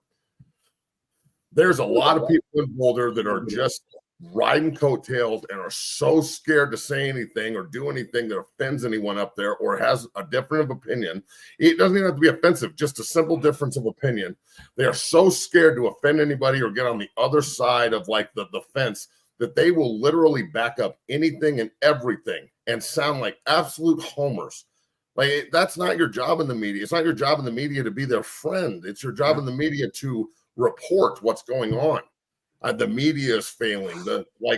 I'm over this, dog. Like, we can all go in the right direction and get shit done and win and be a big family and have criticism and constructive arguments, and like there's ways to clash and move forward. It doesn't just need to be like one way, the highway, or just like if you say anything that offends, you're out. If you say anything that contradicts, you're out. If you do anything for yourself, you're out. But if you do it our way, you're in. Like, it's just, I'm torn. I'm really torn about that. Listen, you don't got to say shit. Here's the bottom line. 75% of the people you're discussing will be gone after Deion Sanders and that regime is gone. You will still be there. That's maybe everyone. They don't get it. Real quick, Matt, before you get out of here, we got to take on this next thing. I appreciate you coming on and being candid. I got one question for you. There's a poll question out there, and I'm going to bet $1,000 on it tonight. This is the first draft since 1970 that there will not be a defensive player taken in the top 10. Do you see a defensive player taken in this top 10? I'm going to bet no. I've been through it, Matt. It's very interesting. I mean, probably not, honestly. I mean, looking at the teams that are involved, quarterback, receiver, tackle, quarterback. I mean, if they trade Herbert and draft J.J. McCarthy, I'm going to shit all over myself. The Giants aren't taking defense. The Titans aren't taking defense. The Falcons aren't taking defense. Look, the Bears could take a defensive player at 9. Well, hold on, time out quick, because why do you think the Falcons aren't taking defense? I'm sure that they want to give Matt Ryan another offensive weapon, like Kirk Cousins. Excuse me, same guy. Exactly, I said the same thing, Matt. I think that he's got it. They drafted Drake London. They drafted Bijan Robinson. They got all these they got Pitts. They got Darnell Mooney. They got they got some cats on offense already. They got Kyle Pitts, like you said. There's old linemen available too. They could use a bunch of offensive linemen available, and I think that they'll give Kirk Cousins a toy and prove to him that they're all in on this experiment. I'm not saying that they won't go defense in the second round, but right there, if they go draft a great receiver, or they go get Brock Bowers and you put Pitts and Bowers together, or that's telling Cousins that we're into this rebuild with you on offense. Pitts and Bowers together. Hey, Matt, I don't know if you heard the news. Well, I'm waiting on my guy Steve to join. Reggie Bush got his Heisman back today. Good for you, Reg. Good job. I'm actually torn as the show has gone on and we're an hour and a half in. I'm not torn. Let me explain. Of course, I think he should got it back. He never should have lost it. I've already been an advocate of that. But I do have a take that I don't believe anyone's going to mention. Reggie broke the rules and he got his Heisman back. Of course, apparently to their rules, he broke. How many players, though, Matt, do you and I argue about on this show? And how many schools do you and I argue about on this show that has lost scholarships, eligibility, and accepting gifts or money? And how many motherfuckers lost bowl games? Pete Carroll had to leave the fucking league. Are they going to get reimbursed too? Well, there's no way to reimburse that. Unfortunately, it is what it is. How about Chase Young couldn't go to a bowl game because he fucking flew his girlfriend to goddamn Rose Bowl? Are we going to reimburse all them too? See, that's why I think it's such a media grab when you only, you got a guy like Reggie Bush. God, I'm glad he got it back. No question. My thing is so many slaps in the face, though. This is, again, the NCAA having fucking zero clue how to read a room. They have zero fucking clue, man. And it's a slap in the face to every fucking buddy that's lost. I know there's motherfuckers that I'm talking to right now texting me fuck these motherfuckers, homie. I got my shit snatched and I didn't do half of what that motherfucker. See what I'm saying? This is going to start a whole thing. People are actually upset now that Reggie got it back because they're not getting whatever their thing that was back. I understand it, but it's not upset. You can't fix everything, but you can fix some things. And getting away that Heisman Trophy is a little bit easier to fix than I can't do nothing about Chase Young. He can't play a bowl game no more. Sorry. No. They're not mad. They're happy, but they're dog, this should have been handled differently because there's a lot of things that could have been done. There's a lot of guys that you fucked over here. And this is what the NCAA does. This is illusion that they're there for the players, but they're not.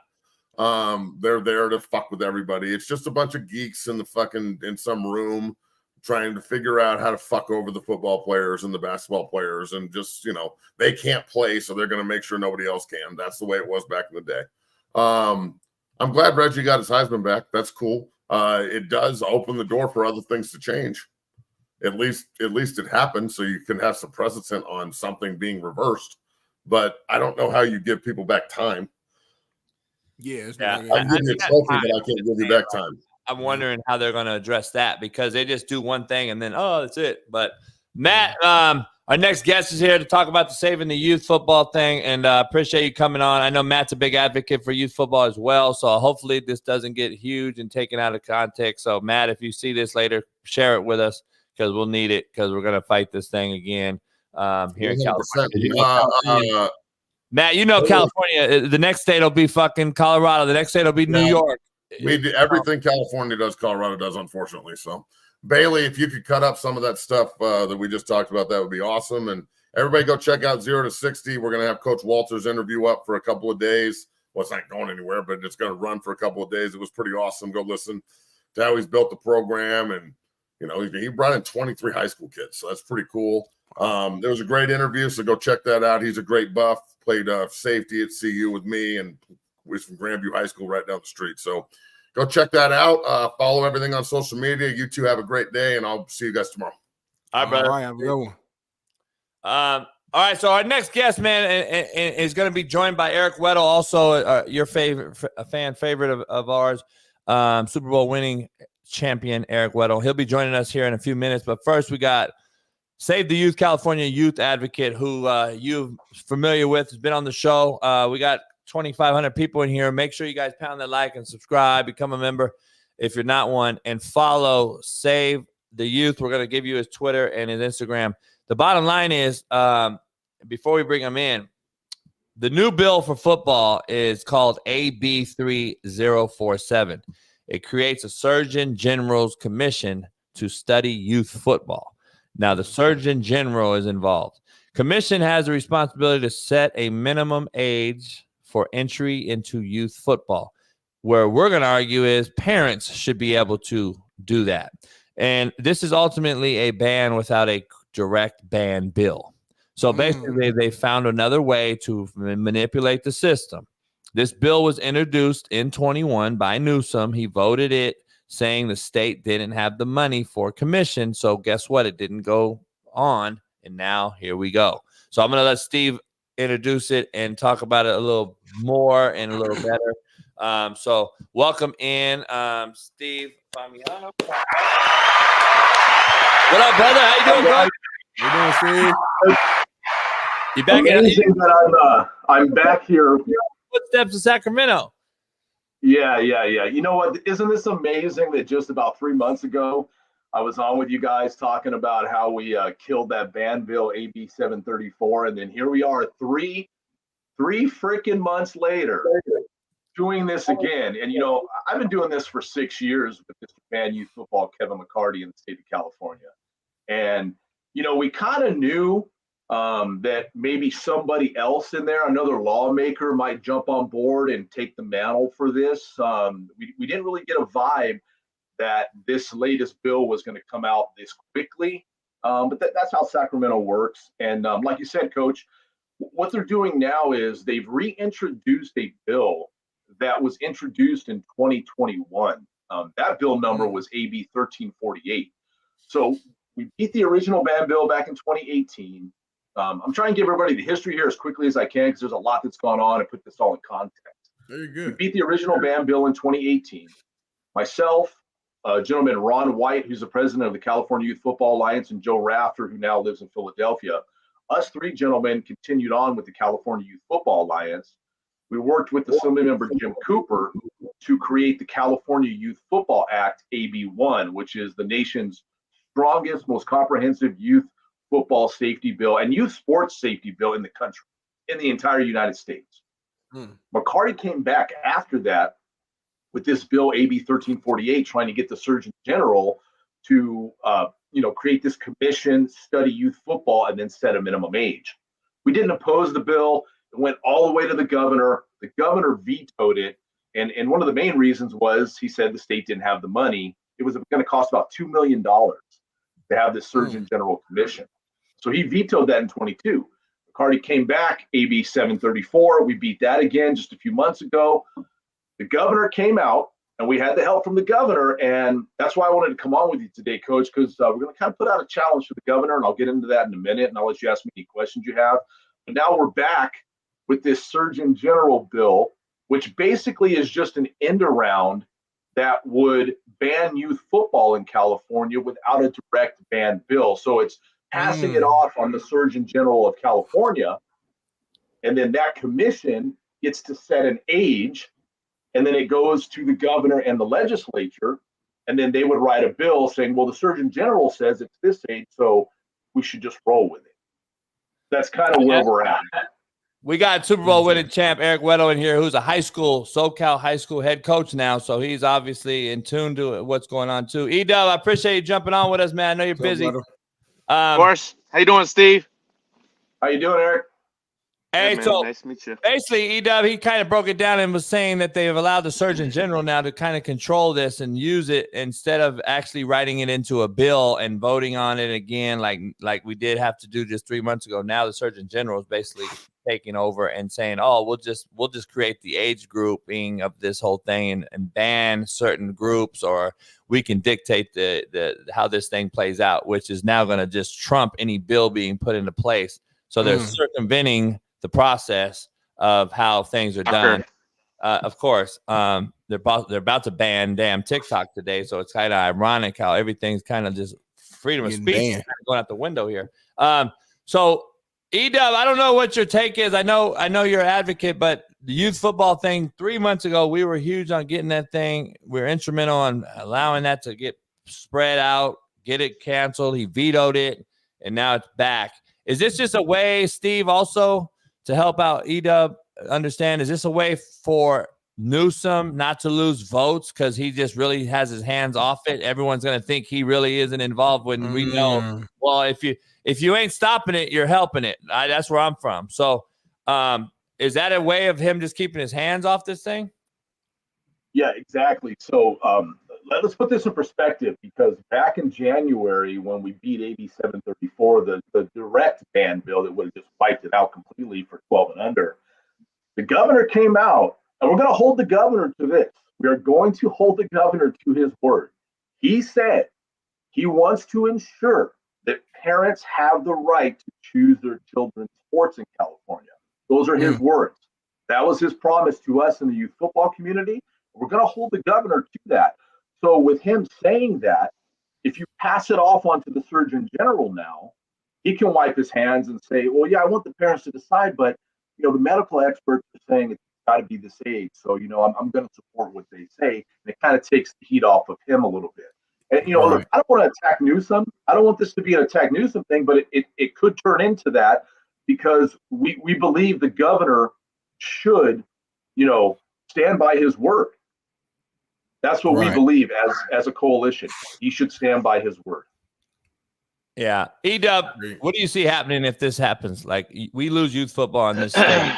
Not only, I mean, that's a loaded question, like what happens, but like, doesn't this state kind of runs the country when it comes to big things being passed? And this thing will go to Colorado. It'll go to New York. It'll go to, who knows, hopefully never Texas. But do you see something big happening from if this is passed and we have no youth football?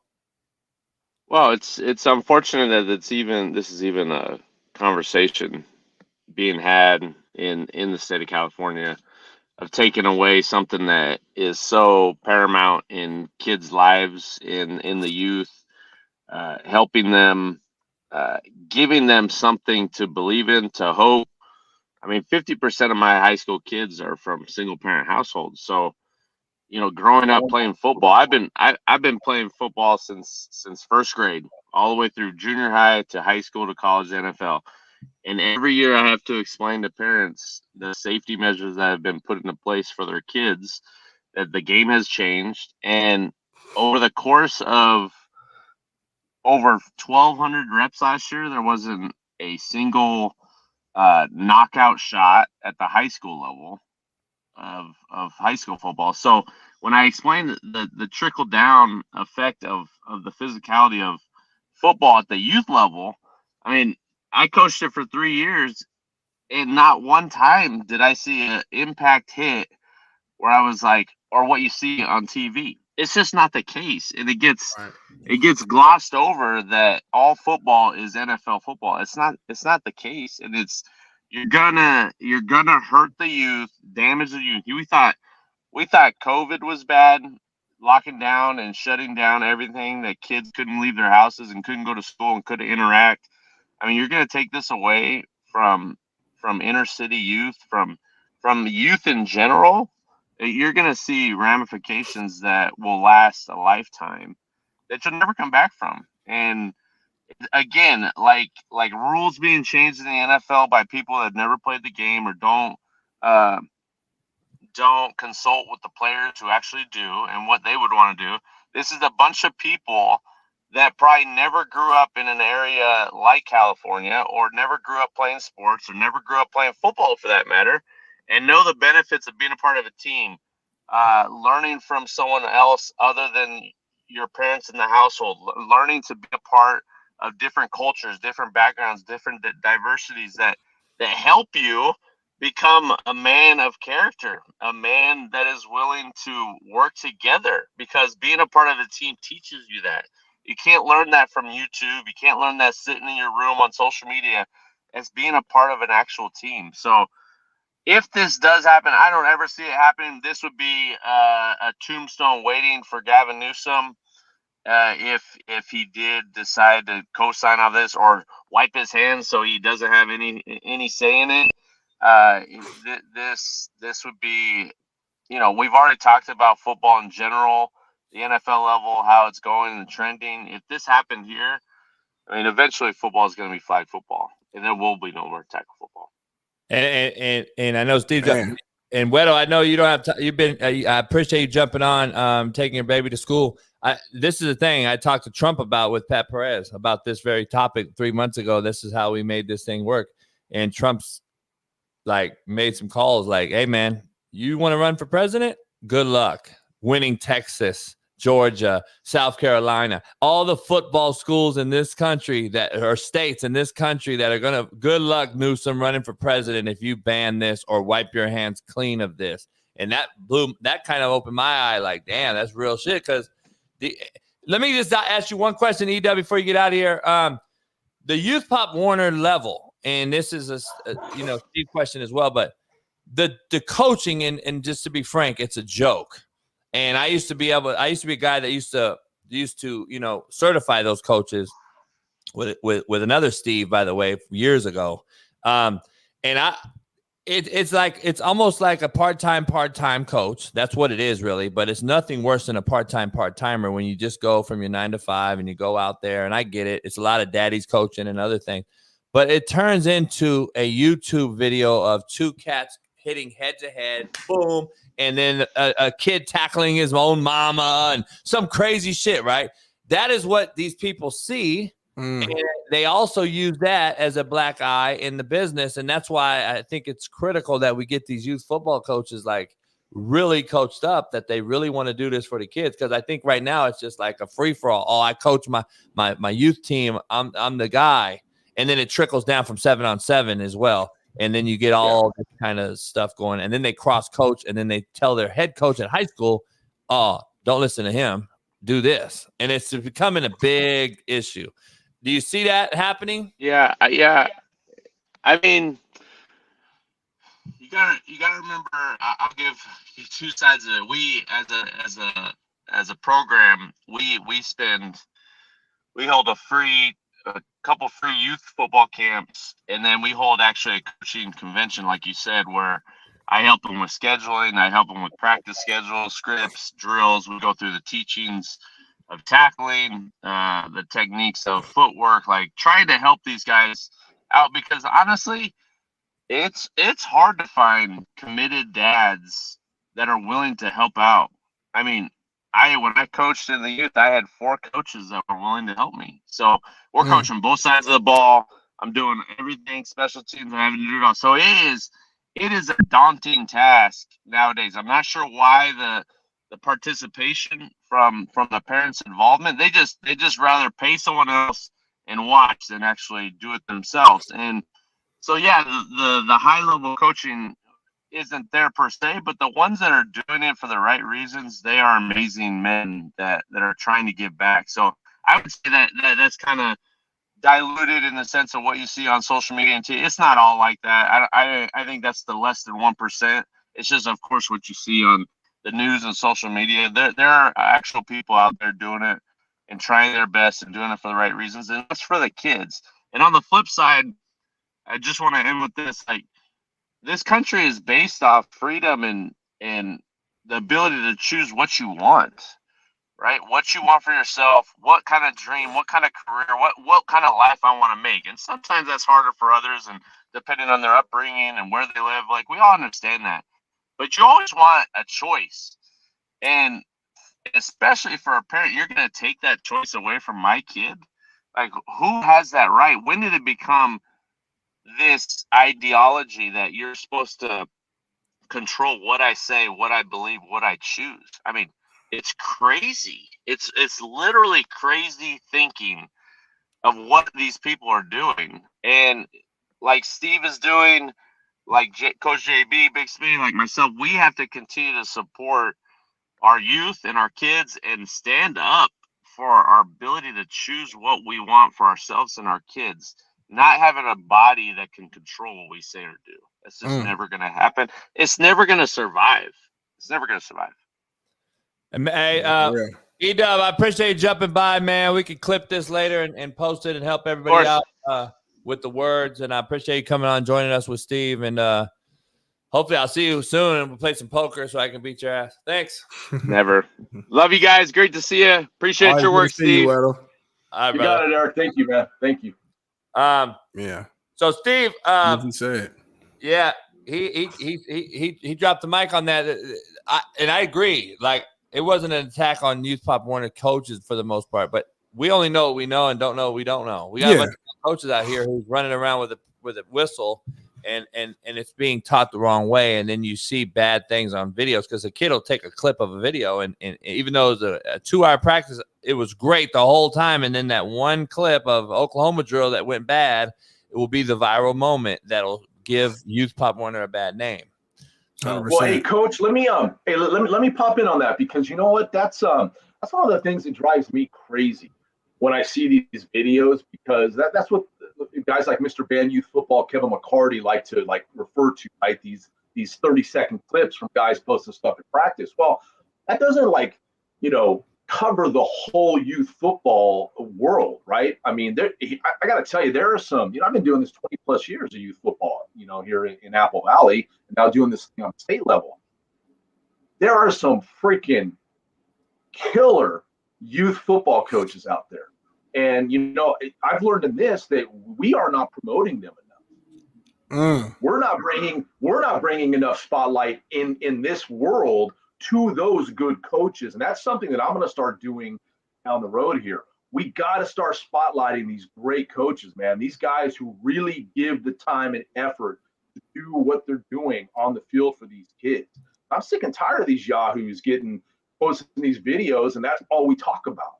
You know what I mean? It's not about that. And there is some great stuff happening on the youth football field. And if we take it away, then what? Right. Nobody has an answer for that. Gavin Newsom doesn't have an answer to that. Mr. Band Youth Football doesn't have an answer to that. Oh, go play flag. Go play flag. No, sorry. No, we're not playing flag. If we want to play flag, we're going to play flag. Right. But if we don't, we don't.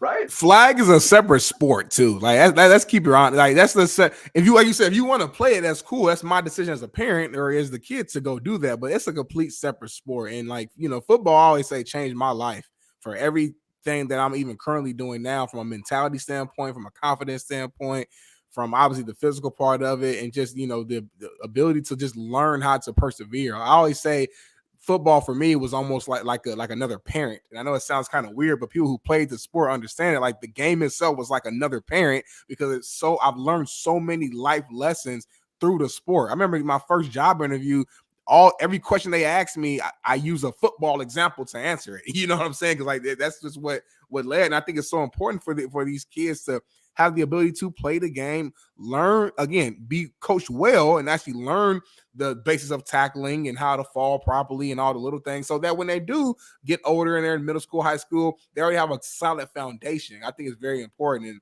And my question for you, Steve, is what's next? Like what can we do, the community do, people are listening, how can we, help you and help make sure this movement doesn't succeed?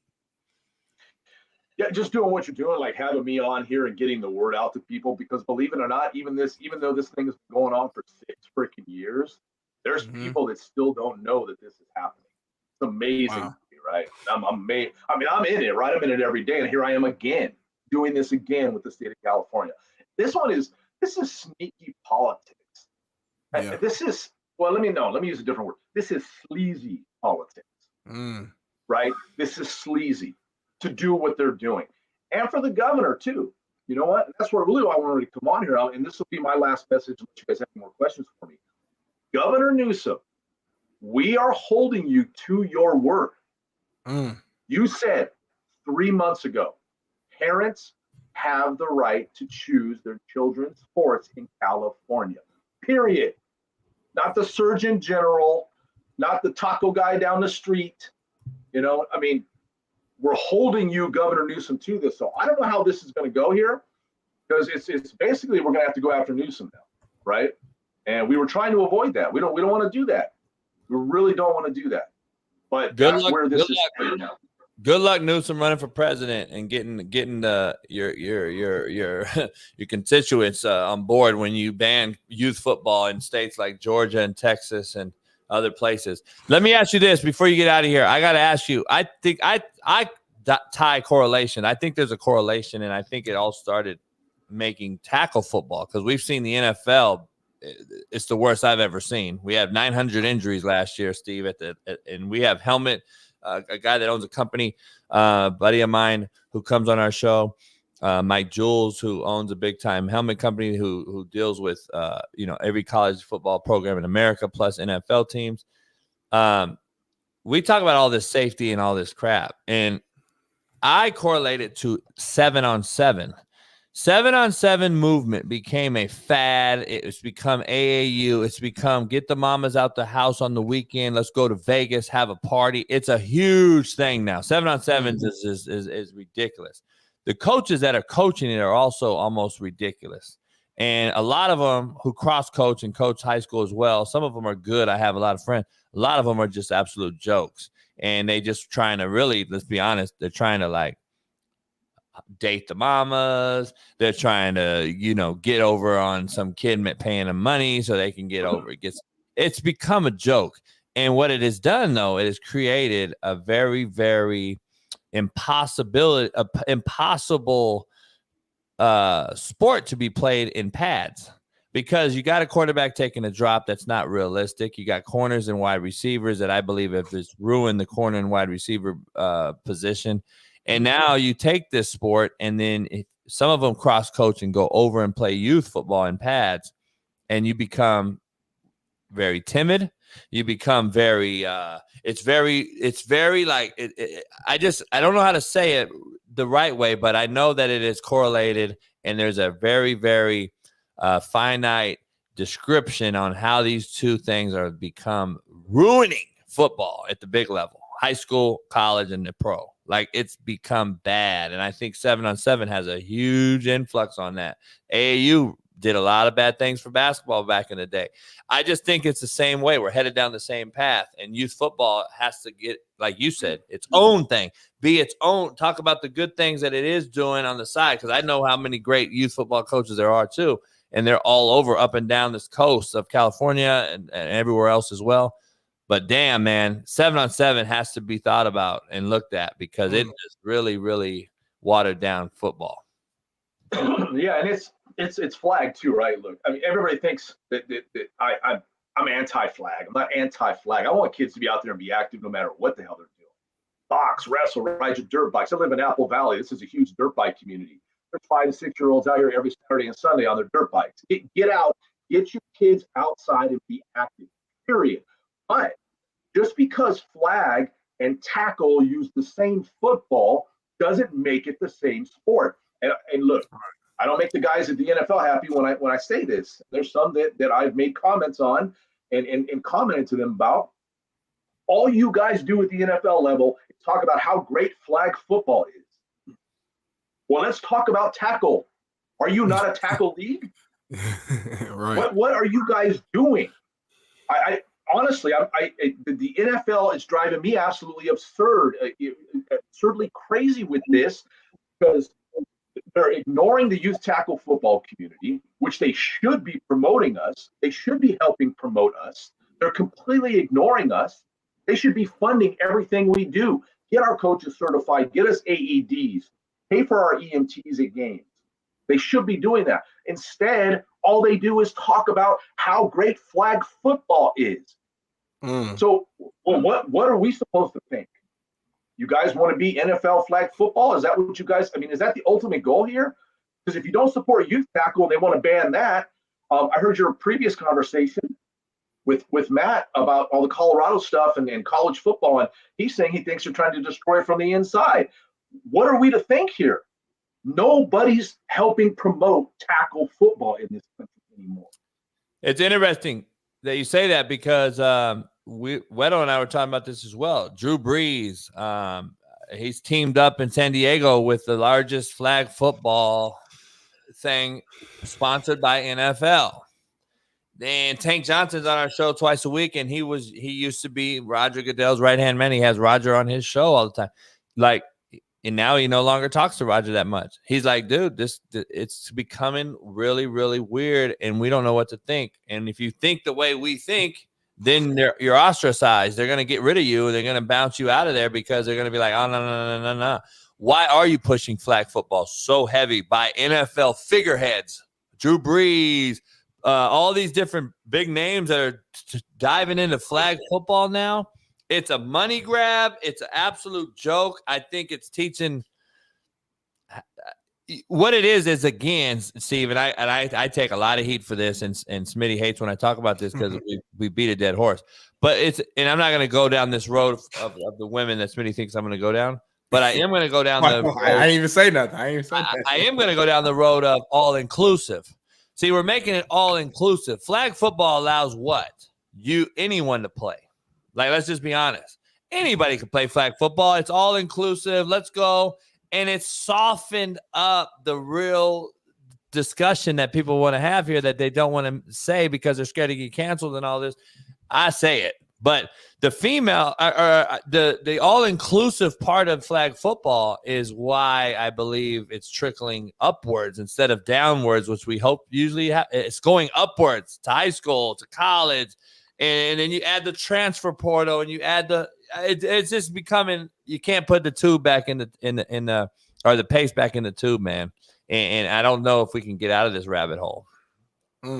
I don't know either. And like I said, I'm not against flag. But here's one thing I want to leave you guys with, and this is something that I'll rub the high school coaches a little wrong with here, and it twists them a little bit, but it has to be talked about, right?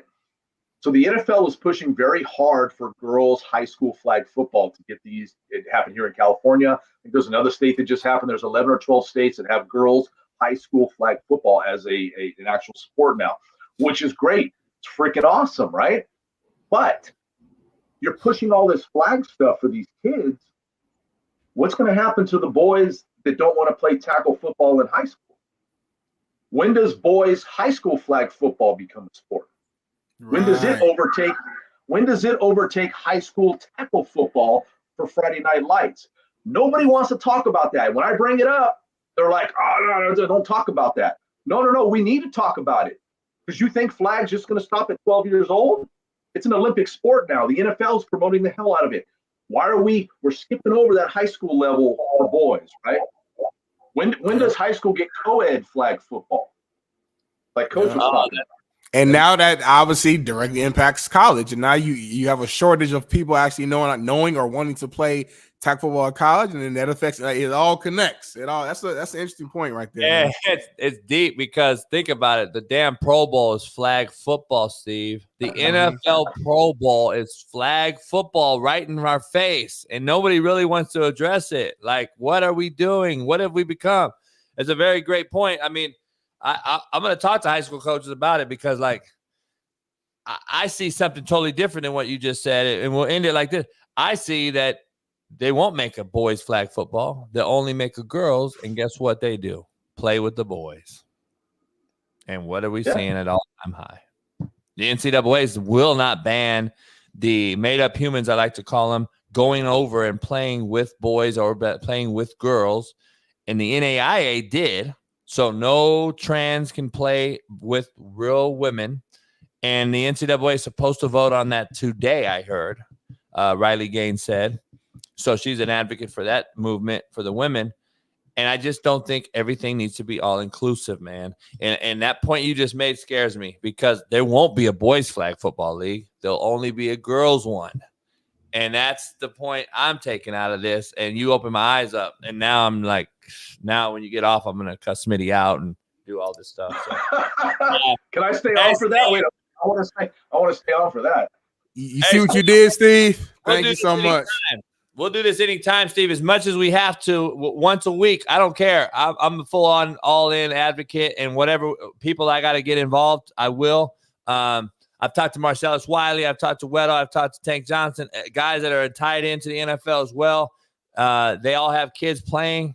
Trent Richardson, other guys that have kids that are coaching at the youth level too, NFL players.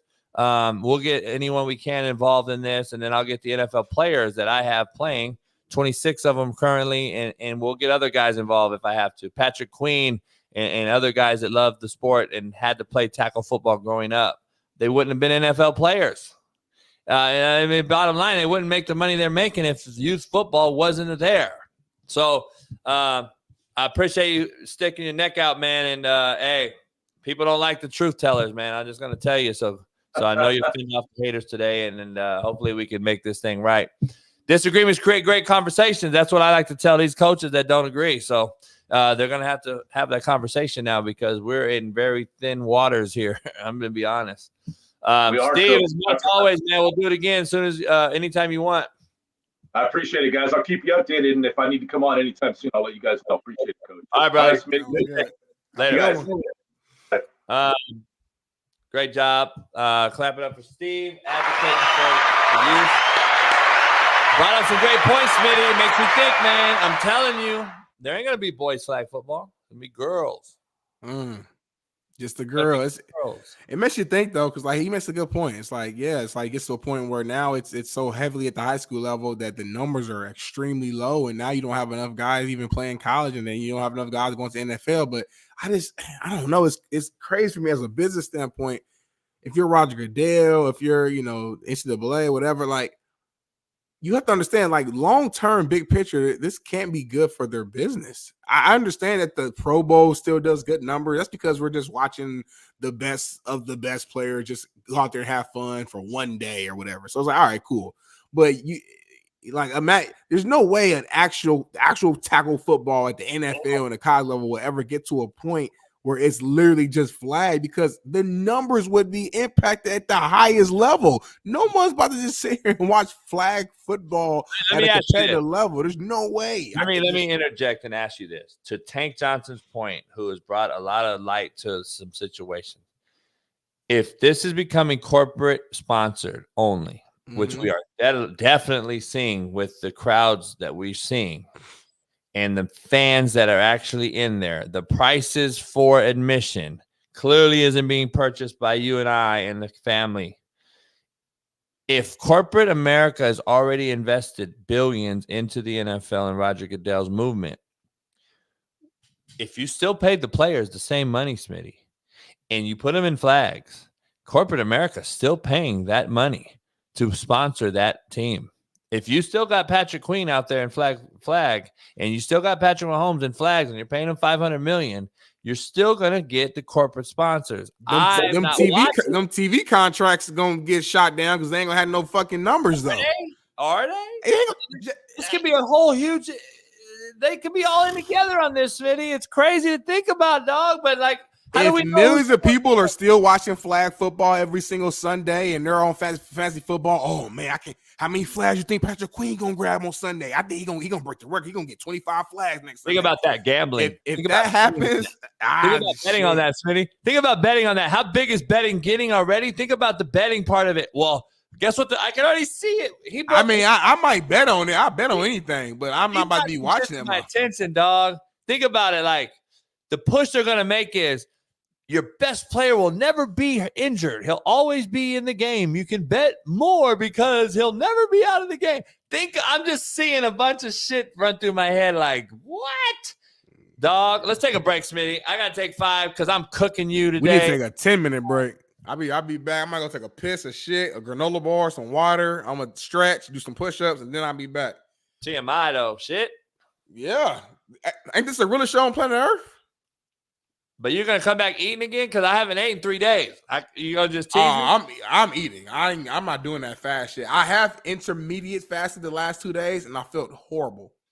And because I come home and I'm starving now, and I have to eat fucking everything. So I don't know, bro. I'm with that's counterintuitive. Why are you doing it? I'm with Steve Kim. I'm with Steve Kim.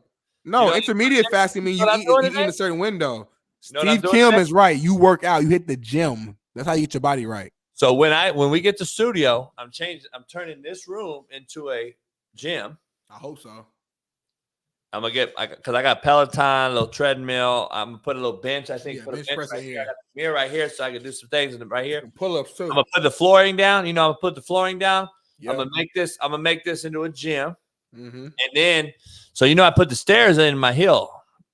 Oh yeah. Today I start, dog. I'm gonna run 10 stairs every day. Run up, walk down, run up, walk down. I'm gonna do that. So I might not be on the show tomorrow because I might be locked up because my body might be locked up. You should buy a foot ladder too and start getting your feet back. No, we're not doing all that. Come on, we're not doing all that. You'll burn so many calories if you did that. I do jump rope. I'm saying, just like get back to your QB shit. Like get back in your groove a little bit.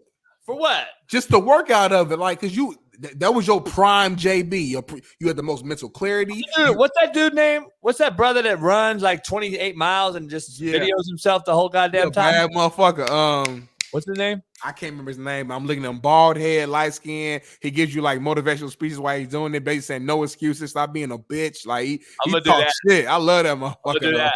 He a bad boy. I'm doing that starting today. I'm at Goggins. David Goggins. Because JB, it's all mental though. I'm gonna run up the stairs, homie. Stop being a bitch. I'm gonna fall out.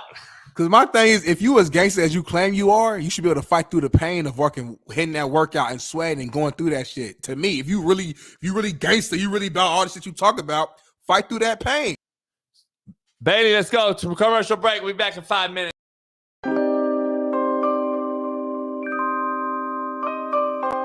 I don't know if you've seen it, but in Seattle has something going on with the judicial department. Let me check on that.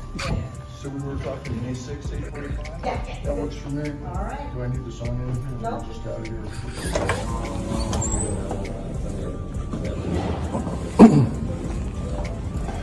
My comment about my client? Yeah. I just met her. She's really nice. She's really smart. She sounds like she's got the right idea about things.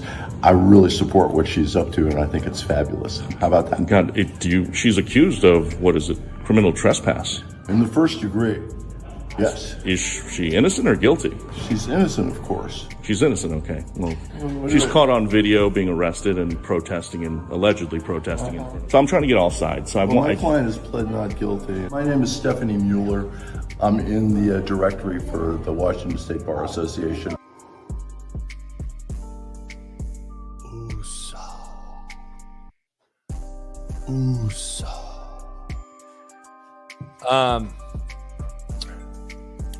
Its name is Stephanie. What was her voice? Why was her voice so deep? Its name is Stephanie. This is why women cannot coach men in the NBA, Smitty. This is what you have to understand is what's coming down the pipe, Smitty. This is why the women cannot be the head coach. Let me retract my statement. Women can coach in the NBA, and I think they should. They're very capable. I don't believe a woman should be a head coach of men in any sport because of situations like this. The delusion is flooding our brains. The delusion is flooding our brains. Did you drink? Are you okay? Because you had a lot of drink there. The delusion is flooding our brains. Did you see that motherfucker's nipples? Motherfuckers was hard as shit. Bro got triple Z's. But look how the nipple just poking out like it's like a laser beam. It can shoot out of him. There's no way I could call that thing Stephanie. If she put her hands on you, like what would you do? I choke the shit out of it. I'm just saying, dog. Like, imagine Smitty, real shit. Like I've been falsely accused of things, right? I'm sure we all have. But legality wise, criminally, I've been accused falsely. Mm-hmm. And I had to say, fuck no, I ain't pleading to shit that I didn't do, which I did. And of course I won, clearly no issue. Here's the problem I have. Imagine come out of court and that motherfucker greets you as your public defender. And I'm like, what the fuck is this? Well, my name is Stephanie, and I'm here to get you off all fucking charges. Are you ready to? Are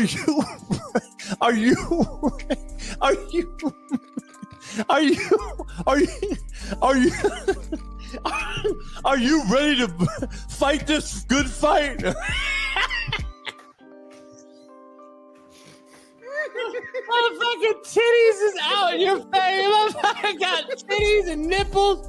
Hey, my name is Stephanie. I'm ready to fight the good fight. Are you? I'm also ready to fucking club the fucking offensive tackle and put that motherfucker in the QB's lap. Are you ready? Why you sound like a superhero? Why'd your voice sound like a superhero? Did you hear that motherfucker? Homie, did you hear the fucking voice? I mean, it's unbelievable. Just reenact this with me. Like I'm walking out, okay? I just got fucking horrible news. Jason Brown, please stand. Yes, Your Honor. We are charging you with the felony accusations of ABCD. How do you plead? Not guilty, Your Honor. Please be your arraignment will be set for February 21st. Please go outside and meet with your public defender as what is it? She is awaiting you. Okay, thank you, Your Honor. Okay, I'm gonna walk out. Bailey, cue it up. Bailey, show what I'm walking out to. I'm walking out to court. I'm walking out to meet my fucking public defender. And what is your name, sir? She sounds like she's got the right idea about things. I really support. Excuse me? What? What? What? Judge, convict me now! Please take me to jail!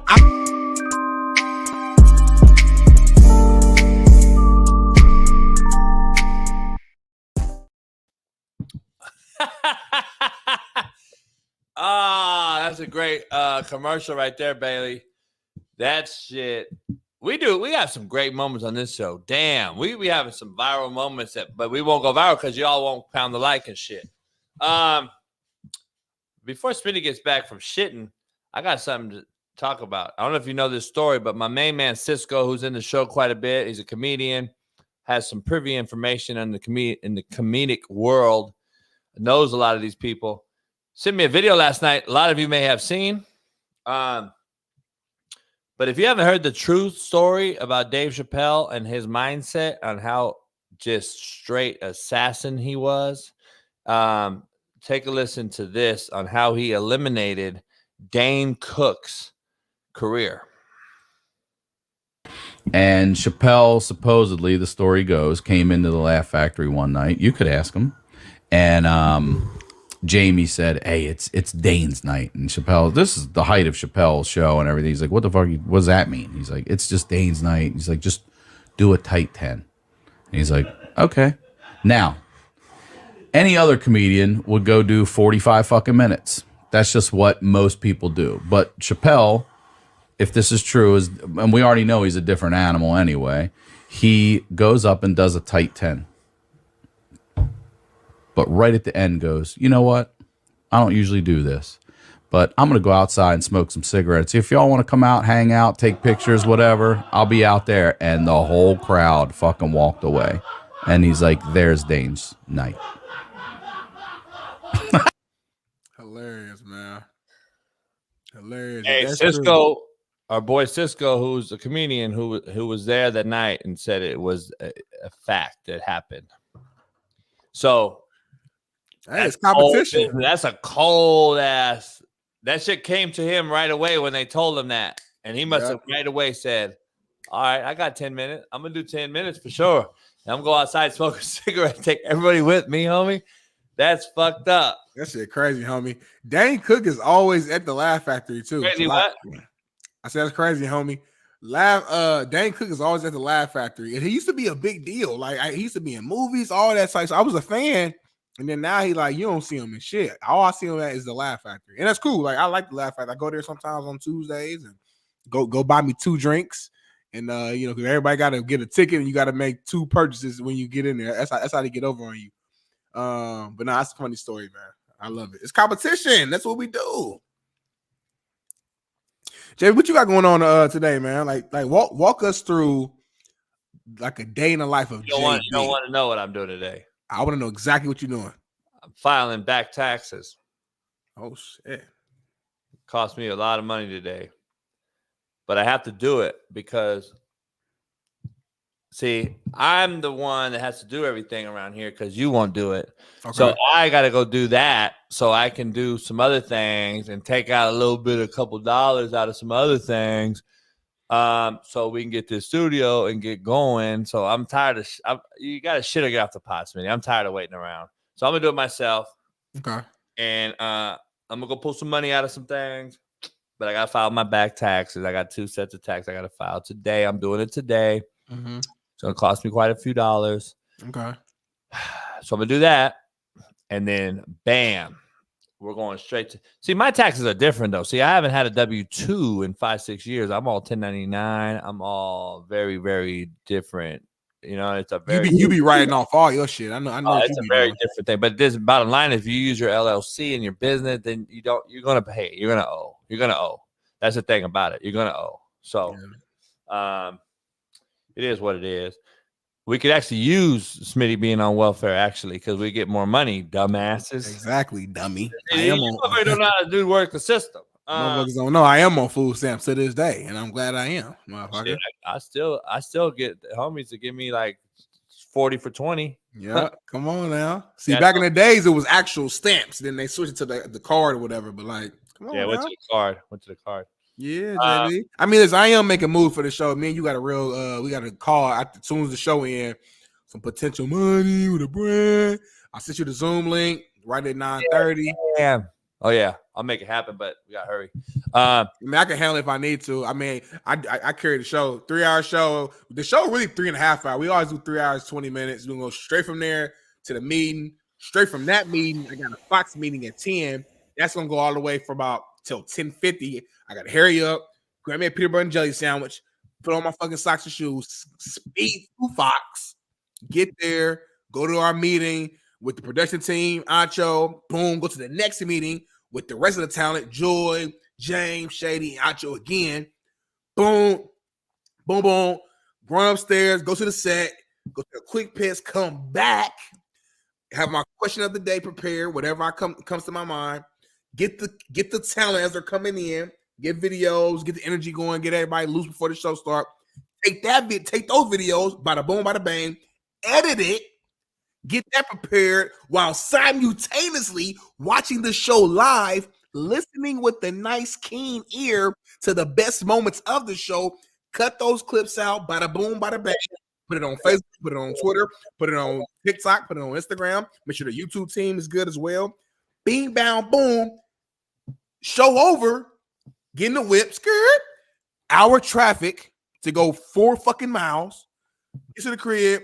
Make sure the wife cool. Spend time with her. Make sure she got something to eat before she go to work. Finally, I can chill for a little bit. Say simultaneously again. Simultaneously. I got a very interesting text. Flag football is a money grab at all levels. I look at the revenue pulled by volleyball tourneys as I see as teams go for a bid to nationals, and I can see the flag will follow that model with Nike, UA, Adidas, all the largest corporate sponsors. Insurance is also an underwriting money-making policy with little liability risk. Inclusivity is virtual signaling with an ultimate goal of increasing revenue because everyone can pull a flag versus take a hit. Getting bad, man. It's getting real. Huh? Let me just tell you, it's getting real. I'm just telling you, that's fact. But what do I know? What do I know? The role of the other recruit on the Rights football.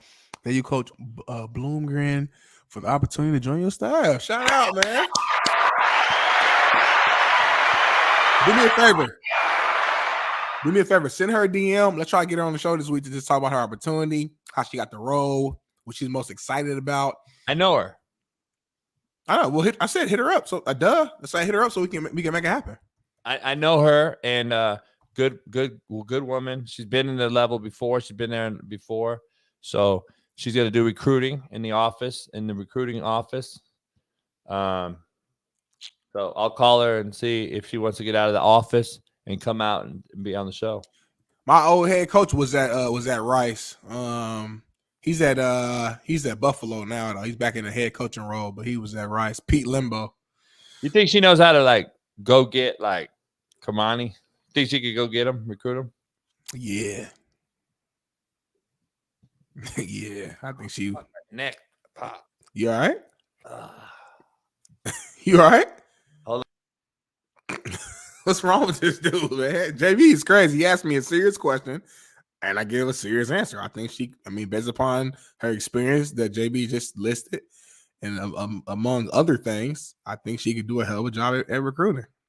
I don't get it at all. What's going on, chat? I ain't talked to y'all all day, man. Talk to me, man. You know I talk back. Oh, there you go, JB. He's back on the show. No, I was laughing about. I had this thing over here. Okay, I'm gonna show you good. Shout out to her though, getting a recruiting office job. What's her name again? I don't know. Why are you worried about it? No, I was just trying to remember. I couldn't remember what her name was. Lauren. No, I'm just asking. I'm not like looking her up or nothing. Lauren Cherry. Oh, okay. She follows me. We follow each other. Okay. Good woman. Lauren Marie Cherry. Hey man, Mark Jones. Who? Mark Jones. ESPN analyst, NBA analyst. Yeah, I know. I don't know him, but I know who you're talking about. By the way, anyone in California needing a very pretty pit bull. You selling Ash? His son has to get rid of one. No. Oh. His son has to get rid of one. Very pretty dog, by the way. Just texted me. Mark just texted me. He's calling the Sacramento Kings game tonight or tomorrow. He just texted me. Pretty dog, white with brown, little brown dot right over the eye. How much white though? Is it like mostly brown with a little bit of white, or mostly white with a little bit of brown? Okay. See, I got my opinion on that. I don't get it. What's wrong with that? No, I mean, beautiful dog. I just wish the dog was like opposite. Like I wish the white. XL Mo. It's XL. 2 years old. Let me see if it's a boy or a girl. It looks like a girl to me because of the head structure. It's not a huge overbelly head, but it looks like a girl because of her feet. Girls' feet usually are a little smaller than boys' feet. Here's another picture. How much she going Here's for? another picture, Mo. Oh, how much is she going for? Free if somebody wants her. Free. Yeah, they want a good home for her. Most people that have, they got money. It's not like they're struggling. They just want a good home. I gave my two $40,000 dogs, man. I had to take to Roy Williams, former Cowboy, shout out Oklahoma Sooner. He has Bonham and Bailey, Ash's mama, and Bonham, because the fighting was just getting out of hand. The alpha male and those two were two peas in a pod. I drove them 16 hours to OKC. And let Roy and his beautiful wife take them and their beautiful kids, and they have two great. They text me all the time showing me videos of Bonham and Bailey. They still alive? Huh? So Bonham and Bailey they're still alive? Alive? Yeah. Why did they die? No, I mean it was a serious question. I know dogs have short lifespan. I didn't know when you said that was Ash's mama, so I'm assuming she like old as hell. Like I don't know. Ash is only a year and a half old. That's true. Ash so big, I'd be forgetting. Bailey, his mama's only 4, not even 4 yet, 3.5. And she getting down young. And Bonham's 3. Yeah, they can have babies at 6 months. And Dog be fucking early? Damn. I mean, think about it. Dogs were 7 years advanced. Dogs lose their virginity so at 6 months they lose their virginity. 6 months. Listen, you should not impregnate your dog at 6 months, but they can get pregnant at 6 months. When's the proper time to get your dog pregnant? I usually wait till a year and a half. Okay, because in dog years, that's what 14 or 7, depends. They have babies at 14. Okay, I mean, shit. Typical shit. Black people shit. You got some hood rats that have shit. We got some hood rats we got some baby mamas in the chat. Probably got 14. Had babies at 14. Keep it 100. We got some women in the chat right now. That's my age. That's 30, 31 years old, and they got a kid that's 21, and they drinking together and stuff right now in this chat right now. I ain't saying no names though. Right now. What else we got going on, man, in the sports world? Well, we got the draft tomorrow. We're going to talk about tomorrow, but we got that issue. We talk about everything. I think ain't nothing else to talk about. There's always something to talk about. I'm messing with you. They flew in together. Of course. Yeah. Top receiver, top quarterback. Yay. I want to dive into this though, real quick. Dive in it. Cans. It's in the bed of the truck with some beer cans. Let's pop out with these guys and see what they got going on. Copy that. Oh, I think Hey, tell them to hang out real quick. Hey. I feel back. Okay. Look at Buddy in the.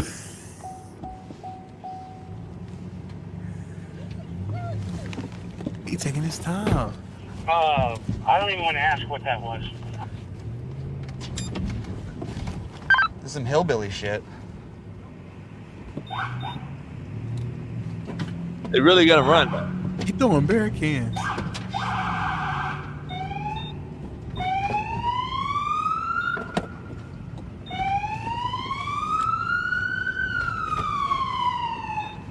They making it worse by throwing shit at the cop.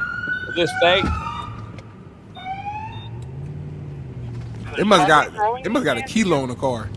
Yeah, they're chucking cans, but they must got it. I don't know. I really don't know. They must have a kilo in the front seat because why they going so crazy? Because all he did is say, "Hold on for a second." We showed the beginning of that video a few weeks back, but that's the whole video.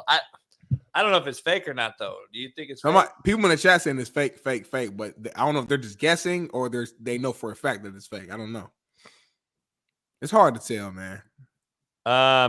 Is this show fake? The pit bull that Mark Jones is trying to get, his name is Loki. It's a boy. He's 3 years old. All his shots, perfectly healthy. Been housed his whole life. Family dog. Very well tempered. Anyone interested here in Cali? He's here in Long Beach, California. Let me know. Mark's son has just gotten back from the Army, and he's back in Long Beach. Mark Jones' son performed at one of my parties here. He's been vocally trained by The Weeknd.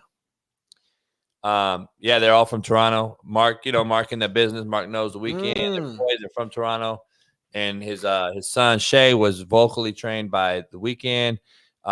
Drake, all these different cats as far as the business. So he came and performed. He rocked the house at my house. I had about 150 people here during COVID with the Slapdick Whiskey launch party. And he sounded like The Weeknd though. But he was tight. It was tight. That's hard. Shout out to him, man. Shout out to him. Yeah.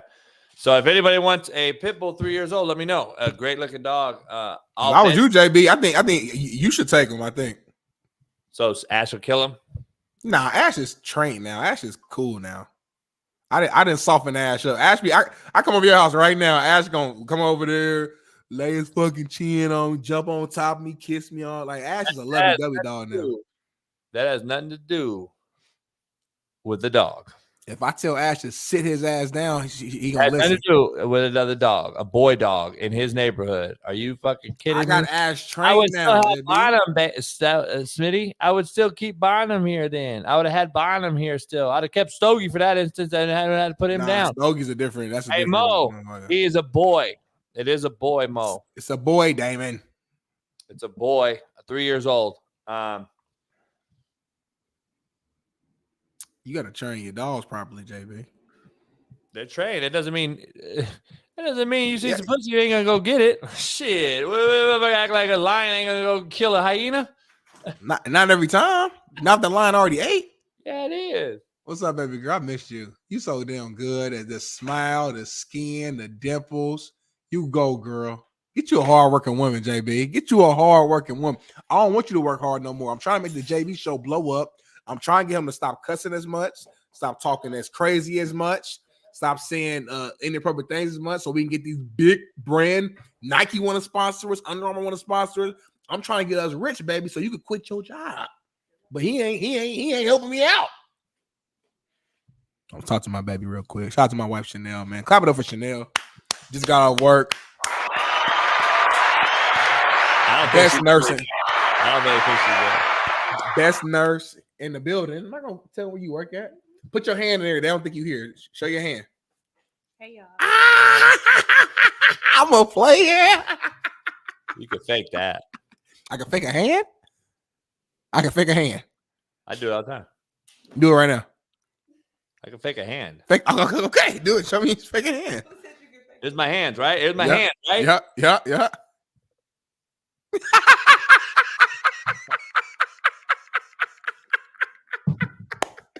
Oh shit. That was some silly shit we just did. Man. I hear you. That was impressive. All right, Speedy, we're doing a full draft show tomorrow with Shaun King. Jeff Nadu's going to pop on maybe to talk about what he thinks. He's going to be betting on it. Make some bets on the top 10 picks. Yeah. Baby girl, I do got some big ass hands. You know what I mean? Baby girl, don't geek him up. Don't make him feel good. You done made his day now. God. Baby girl. I get told I got big hands every day. Come on, dog. Oh my God. You don't every day. You got 180. That's it. My hand bigger than JB's. No, they're not. We already did it. We did it in person. We measured in person. Pause. I know I said we weren't gonna say pause no more, but that's an acceptable pause right there. We measured in person is crazy. Let me see. Do I have this? Let me see something. Damn, homie. Hold I on. want to keep Coach down all the time. Ron, hey, when I see you, Ron, I think I'm gonna stop and shout at you. Because Ron just hate me. Ron hates me. I've never met somebody that he hates me. He loves JB so much that he just hates me. Every comment when I saw him, I don't look at all the comments, but when I saw him to look down and I see Ron, Ron, give me a compliment right now. I bet you can't do it. Give me something. Say something good about me right now, Ron.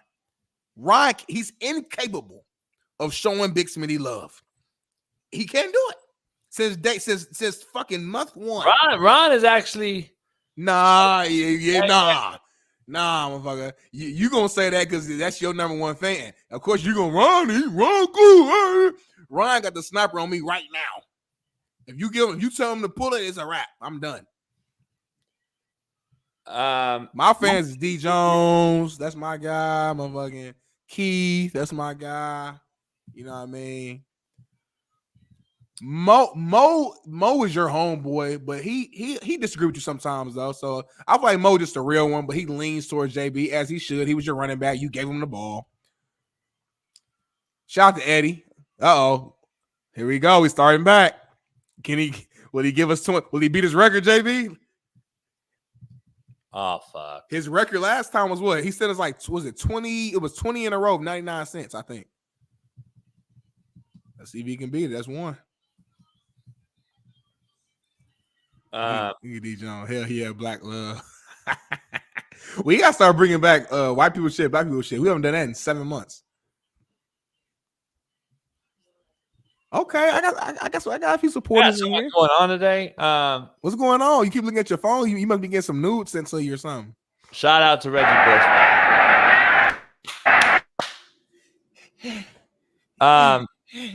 So real point though, as we end the show, he got his trophy back. Ooh. But like, it's got to be a bittersweet for a lot of cats. Got to be a bittersweet for a lot of cats that got something taken from them. I'll be honest.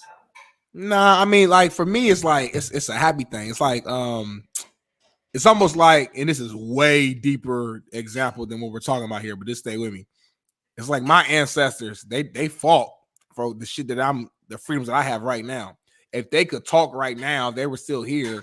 I'm sure that like they would be happy. They would be happy that I'm able to have these freedoms. Yeah. They wouldn't be mad. Oh, it's fucked up. The black people got freedom now. No, that's what they fought for. You're comparing the wrong thing.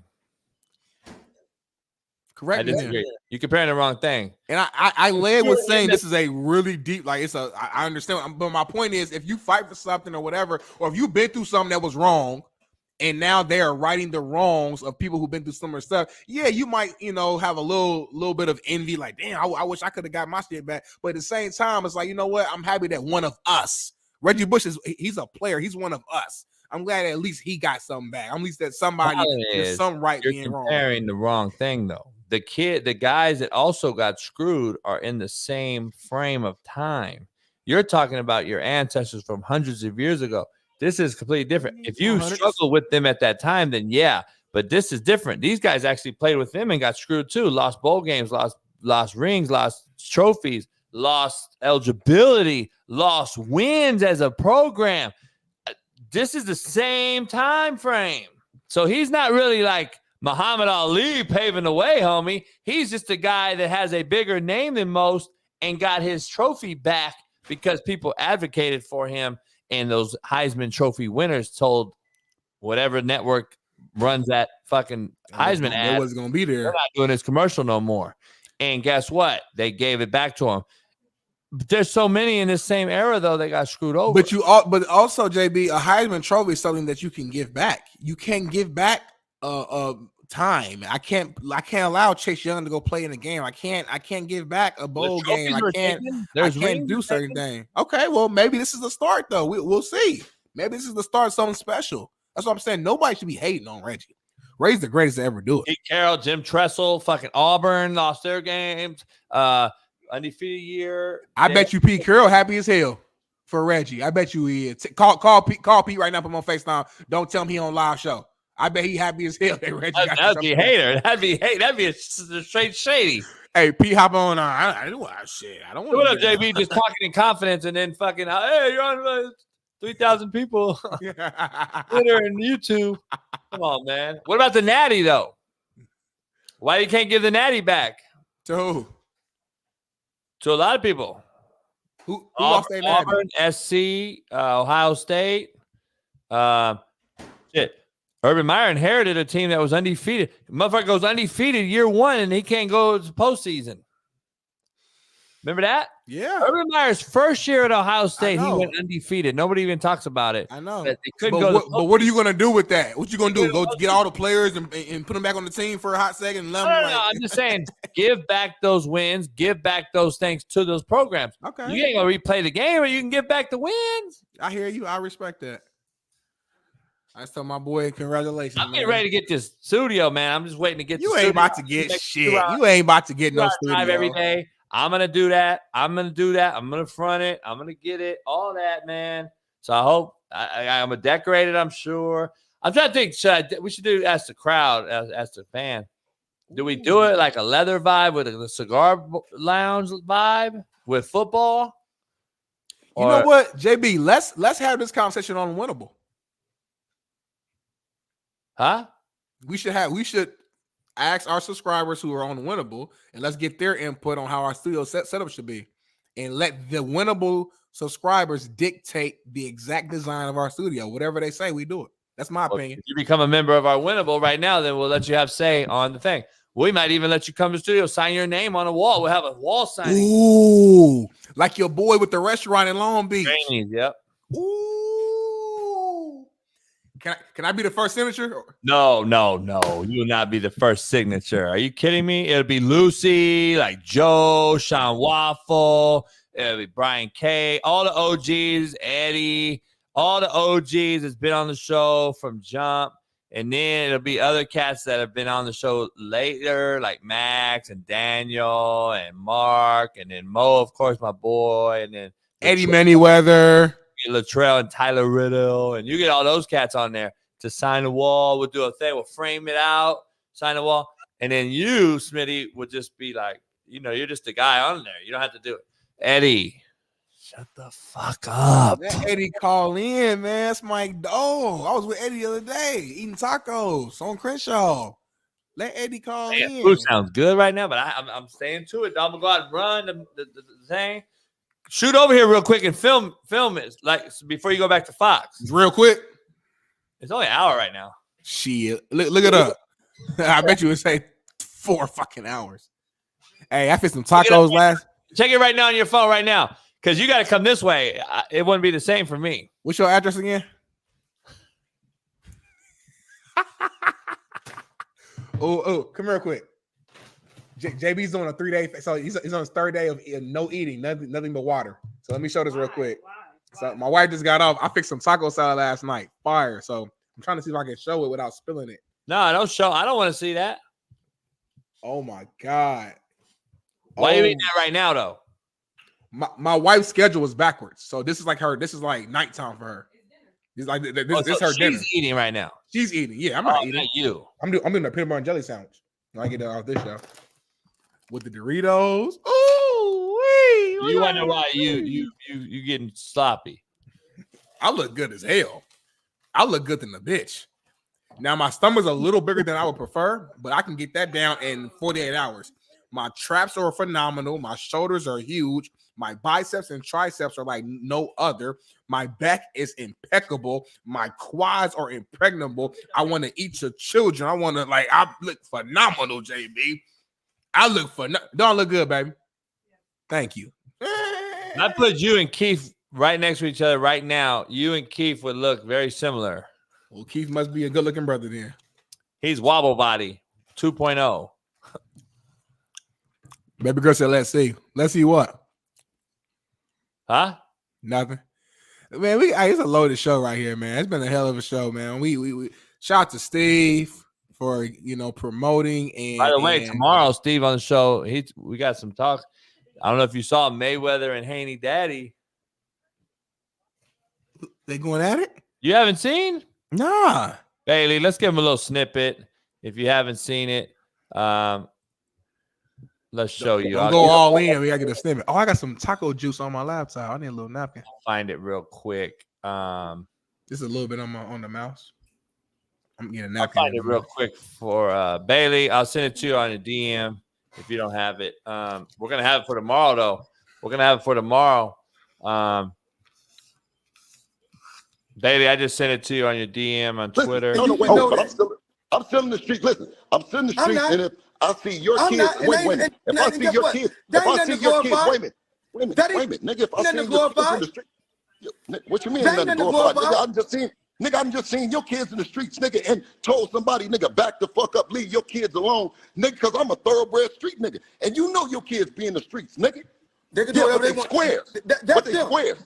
Yeah, you said they'd do whatever they want to do, you clown ass nigga. What you mean your kids can do everything? And you got $150 million. I didn't say that. I said when kids just said that they can do whatever they want to do. When kids get to a certain age, they're gonna do what the fuck they want to do anyway. Nigga, you buy them what are you talking about? Everything, nigga. You buy them bitches everything. How you can't buy your kids everything the same pocket, nigga? Lame ass, nigga. Why are you worried about what I'm doing with my money? Now you pocket watching?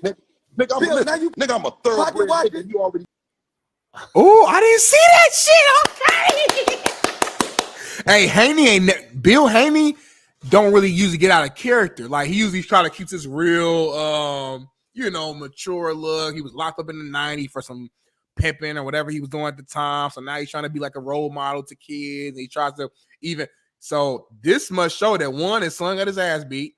He's seeing all the trolls online. Floyd probably said something or whatever. So now, like, Floyd's under that man's skin. Golly. Talk about having real estate in somebody's mind. If I get that worked about somebody, golly, let me know. I got to go watch that whole beef. Let me break down something real quick. My laptop is all messed up. I don't know what I did, JB. My shit is like zoomed in. Can you hear me good and stuff? Yeah, we see you fine. Right, Texas A&M lays off a number of high-level staffers in preparation for paying players. Dog. So, athletic director Trev Albert's first major order of business in College Station was to lay off a number of high-level staffers. The Bryan College Station Eagle reported Tuesday that Alberts laid off more than a dozen members of the Aggies athletic department, most of them high-ranking members with multiple decades of service to the university. Included among the cuts was number 2 ranking member of the athletics department, Justin Moore, a 2-time A&M graduate, was let go Tuesday. He worked as a special athletic assistant while pursuing his master's degree from 06 to 08, then returned in 12 alongside Kevin Sumlin as associate AD for football. He remained on following Sumlin's 2017 departure, eventually becoming executive deputy athletic director and chief operating officer. Other staff members among cuts per the Eagle deputy AD for external relations, business development, Chris Park, deputy AD for administration and leadership, associate AD for branding, creative and communications, associate AD for equipment and apparel, assistant AD for NIL, and director of football technology, James Duncan. As long as I didn't hear defensive coordinator Jay Bateman, I'm cool. Shout out to Jay Bateman. Let me run down. Let me run down this. This is my D coordinator in Ball State. Personnel for players that are going to transfer anyway to another school because they don't want to compete according to Deion's staffer in Colorado. What are we doing here? So this means, Smitty, let's just keep it real. If we're cutting staffers and personnel, then this wasn't a very well thought out process, dog. It wasn't very well thought out, this NIL thing. Yeah. If you're cutting personnel and having to cut other people's jobs to pay players, then it wasn't very well thought out. NCAA, fucking all you bureaucrats out here who thought this was a great fucking idea. This wasn't a great, well thought out plan. And now it is a complete shit show. And you're talking about player empowerment? Oh, my goodness. Don't let them now let's unionize and let's make them employees of the fucking school in the state. Oh, my goodness. What we're becoming, dog. Jesus Christ. It's crazy, JB. I mean, what more can we say about it? This is the landscape, and nothing will change unless something changes. Think about what I just said. So, G Wizzle, shut the fuck up. I don't care about the bill in Virginia. You're a fucking nobody still. But G Wizzle, calm down. G Wizzle actually now trying to talk normal. We try to see how he changed his tone. See how G Wizzle changed his tone. He's talking normal now. G Wizzle a real one. Yeah, real one. We don't know if he's a real one, but we'll just go with G Wizzle. G Wizzle, if you're a real one, become a member right now. Become a member in the next 60 seconds if you're a real one. Look at Mo. Mo funny as hell. Boot his ass. They like when you boot people. JB don't boot nobody else. Let our producer. Yeah, a lot of the old school cats are on the show before you. I was blocking motherfuckers like Mutombo. Well, that's why you probably, you know what? You probably have 100,000 subscribers on here, but you block so many people that they can't subscribe. You might be right. That's why Baby was like, stop doing it. Block list. He said the block list is like days long. Yeah, thousands. It's like the immigrants coming into the country. I can't wait when the show ends. I'm gonna give me a triple decker peanut butter and jelly sandwich. I'm gonna do a strawberry and peanut butter on the base layer. Then I'm gonna add the third piece of bread and put cherry. We got like a cherry jam. Put that cherry jam on there and do a triple stack jelly sandwich. Smash together. Thank God. Drink my water. Get ready for this meeting. We got some big money on the way, JB. You're welcome. Did you hear Cameron and Mace talk about pissing on bitches? I heard, Cameron talk about it. Mace was just laughing the whole damn time. So they got sponsors. Yeah, but that's Cameron and Mace. Nah. Ain't no. That's Cameron and Mace. But when they start their show, they appease the sponsorships, man. You still got to appease the money. You can't be on there talking about pissing on bitches if you wasn't agreement to say we don't care what you do. We know the numbers. That's what we're going to do. And we're not talking about pissing on bitches, but I'm just saying, you know what I'm saying? And by the way, don't act like the names don't matter. Fucking Cameron and Mace, two of the biggest rappers in the history. Yeah, it's gonna matter. And they got a huge deal from underground that's Underdog. what they got. They got the deal. Yeah, but they got the dog early. They got the deal early, like when they first started. They did. They got that big deal within like 6 months of them starting that damn podcast. I gotta go, y'all. I gotta go. Nah, really, I got internet people here. My internet's been fucked up, and so they just got here. So I'm headed out. Can you end the show? Yeah, I'm getting the show right now. Hey, y'all, appreciate y'all, man. Join us on Winnable. Appreciate you guys. I'll see you tomorrow. We see y'all tomorrow. Peace. Issues get pressed so fast you don't get sacked like bags and baggage. Smitty and Jason Brown kill the ass.